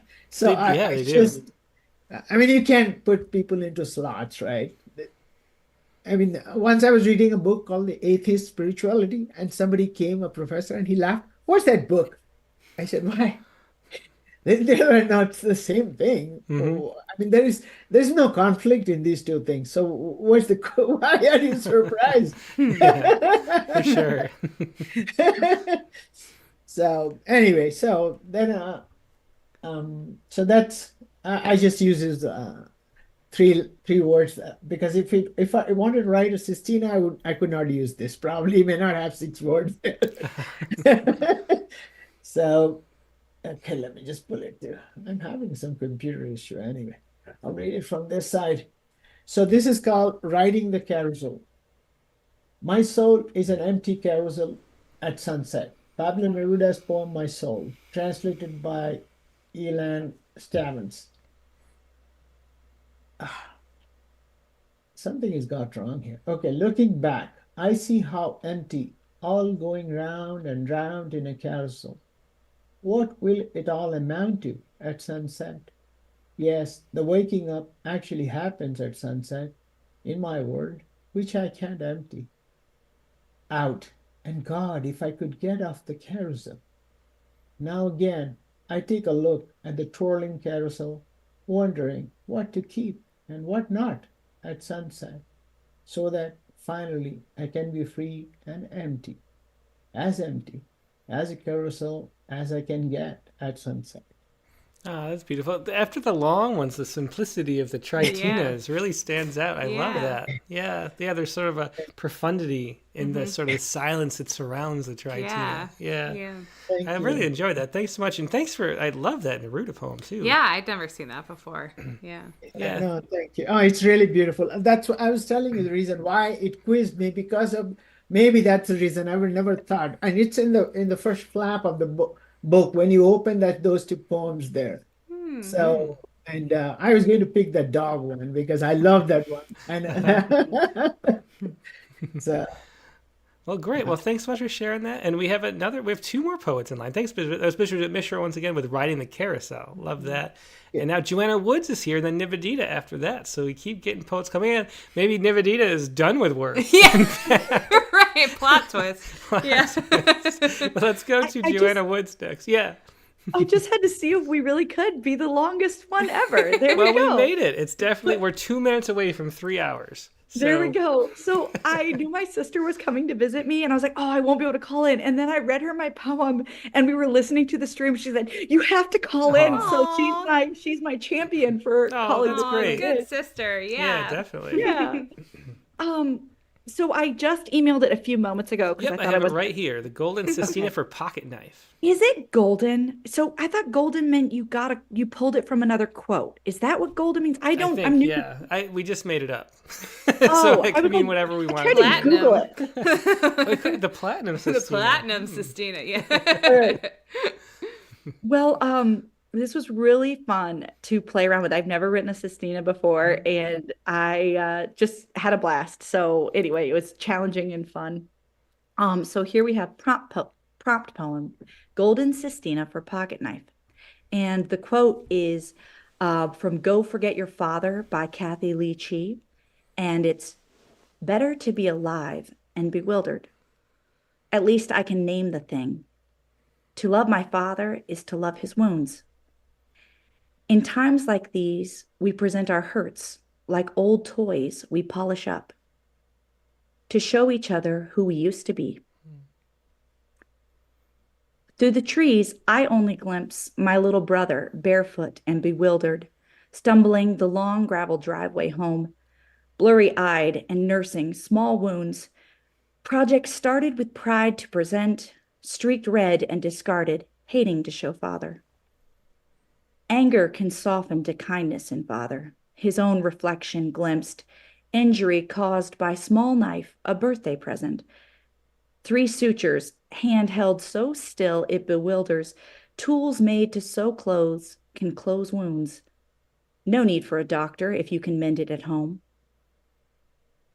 It was almost a game in our home, trying to dodge the notice of father. He never left a physical wound, but his wrath was terrible to glimpse, and his sudden laughter bewildering.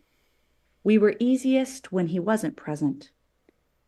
No longer a child, I stand 38 in the present, and a loud and messy home, with my own 2 children to bewilder, trying to not leave the imprint of my father, but I still catch a glimpse when upturned faces shine a startled wounding.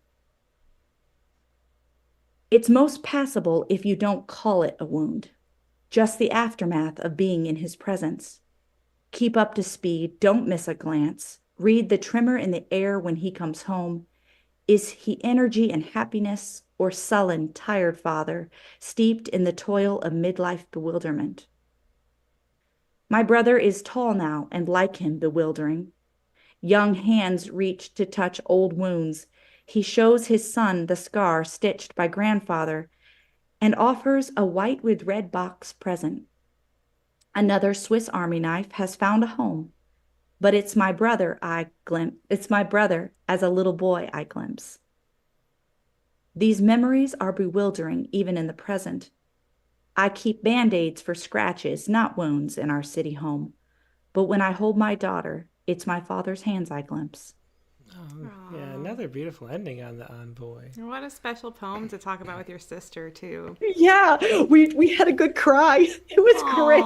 That's very healing. Hi. This is my sister, Rebecca. Hi. Oh, it's so great to see you. Yeah. Oh, this makes me miss my sister. And we're a whole party and one baby. But thank you guys so much.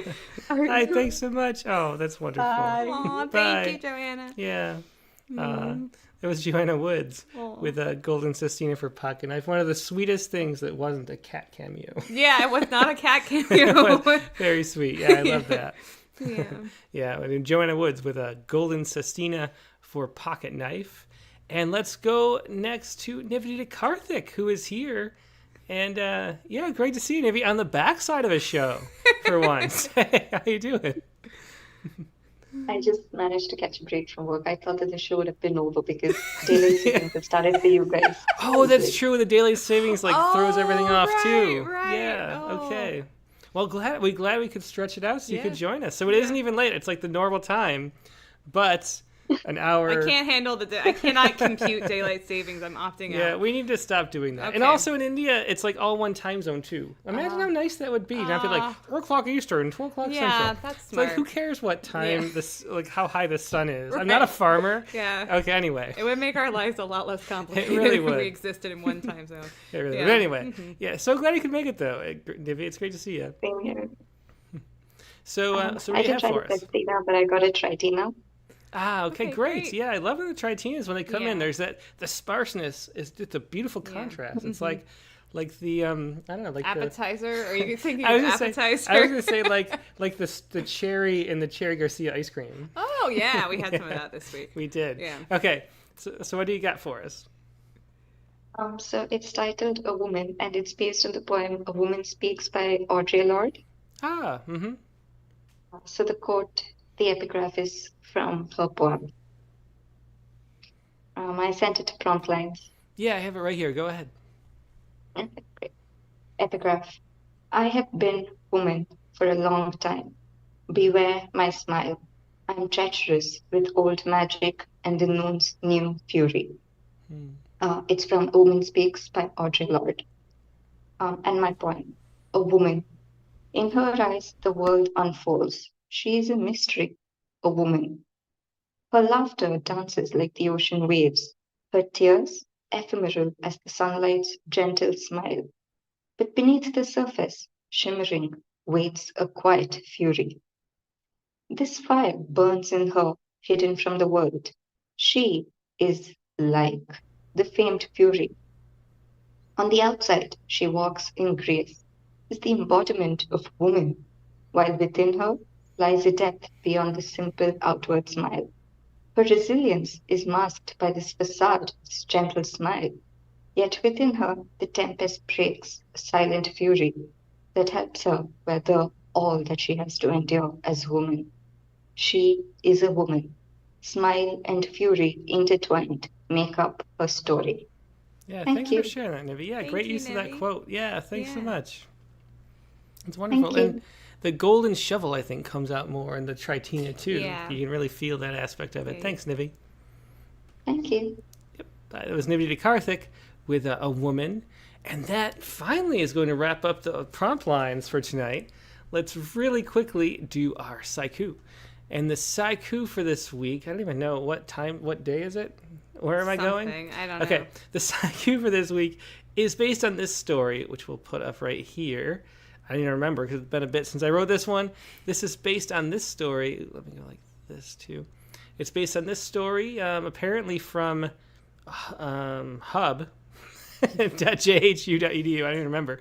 But it is this planetary science, interstellar signal linked to aliens. Ooh.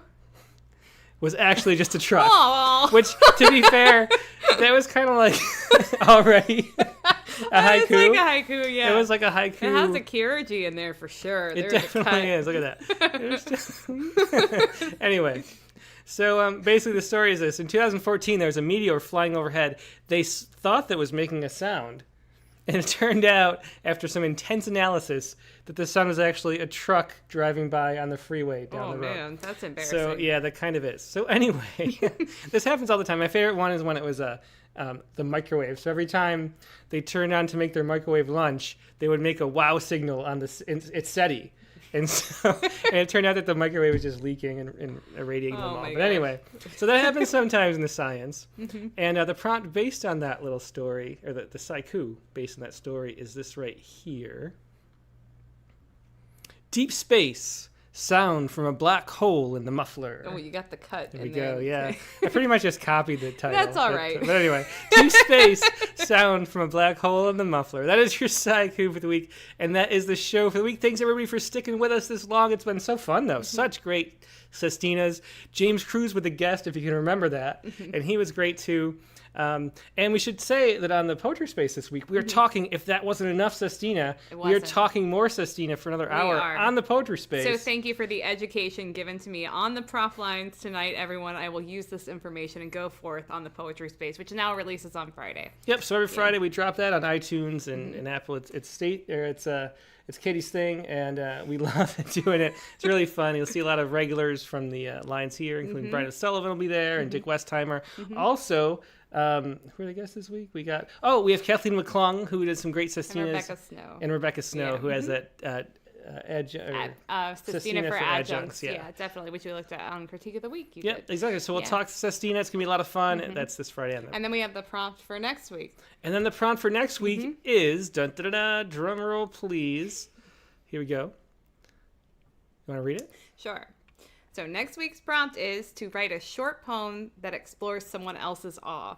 So I was really inspired with James Cruz talking about awe at first in the Married to Amazement poem, which I love from Rattle. And then just the idea of looking at someone else's joy and finding joy in it, which I think is so profound, and so much of what makes the world great is our own ability to do that. So I'm excited. And we're going to go short poems next week. That'll be fun. That will be fun. Short poems to make up for this week's Sestinas. But it's going to be so fun.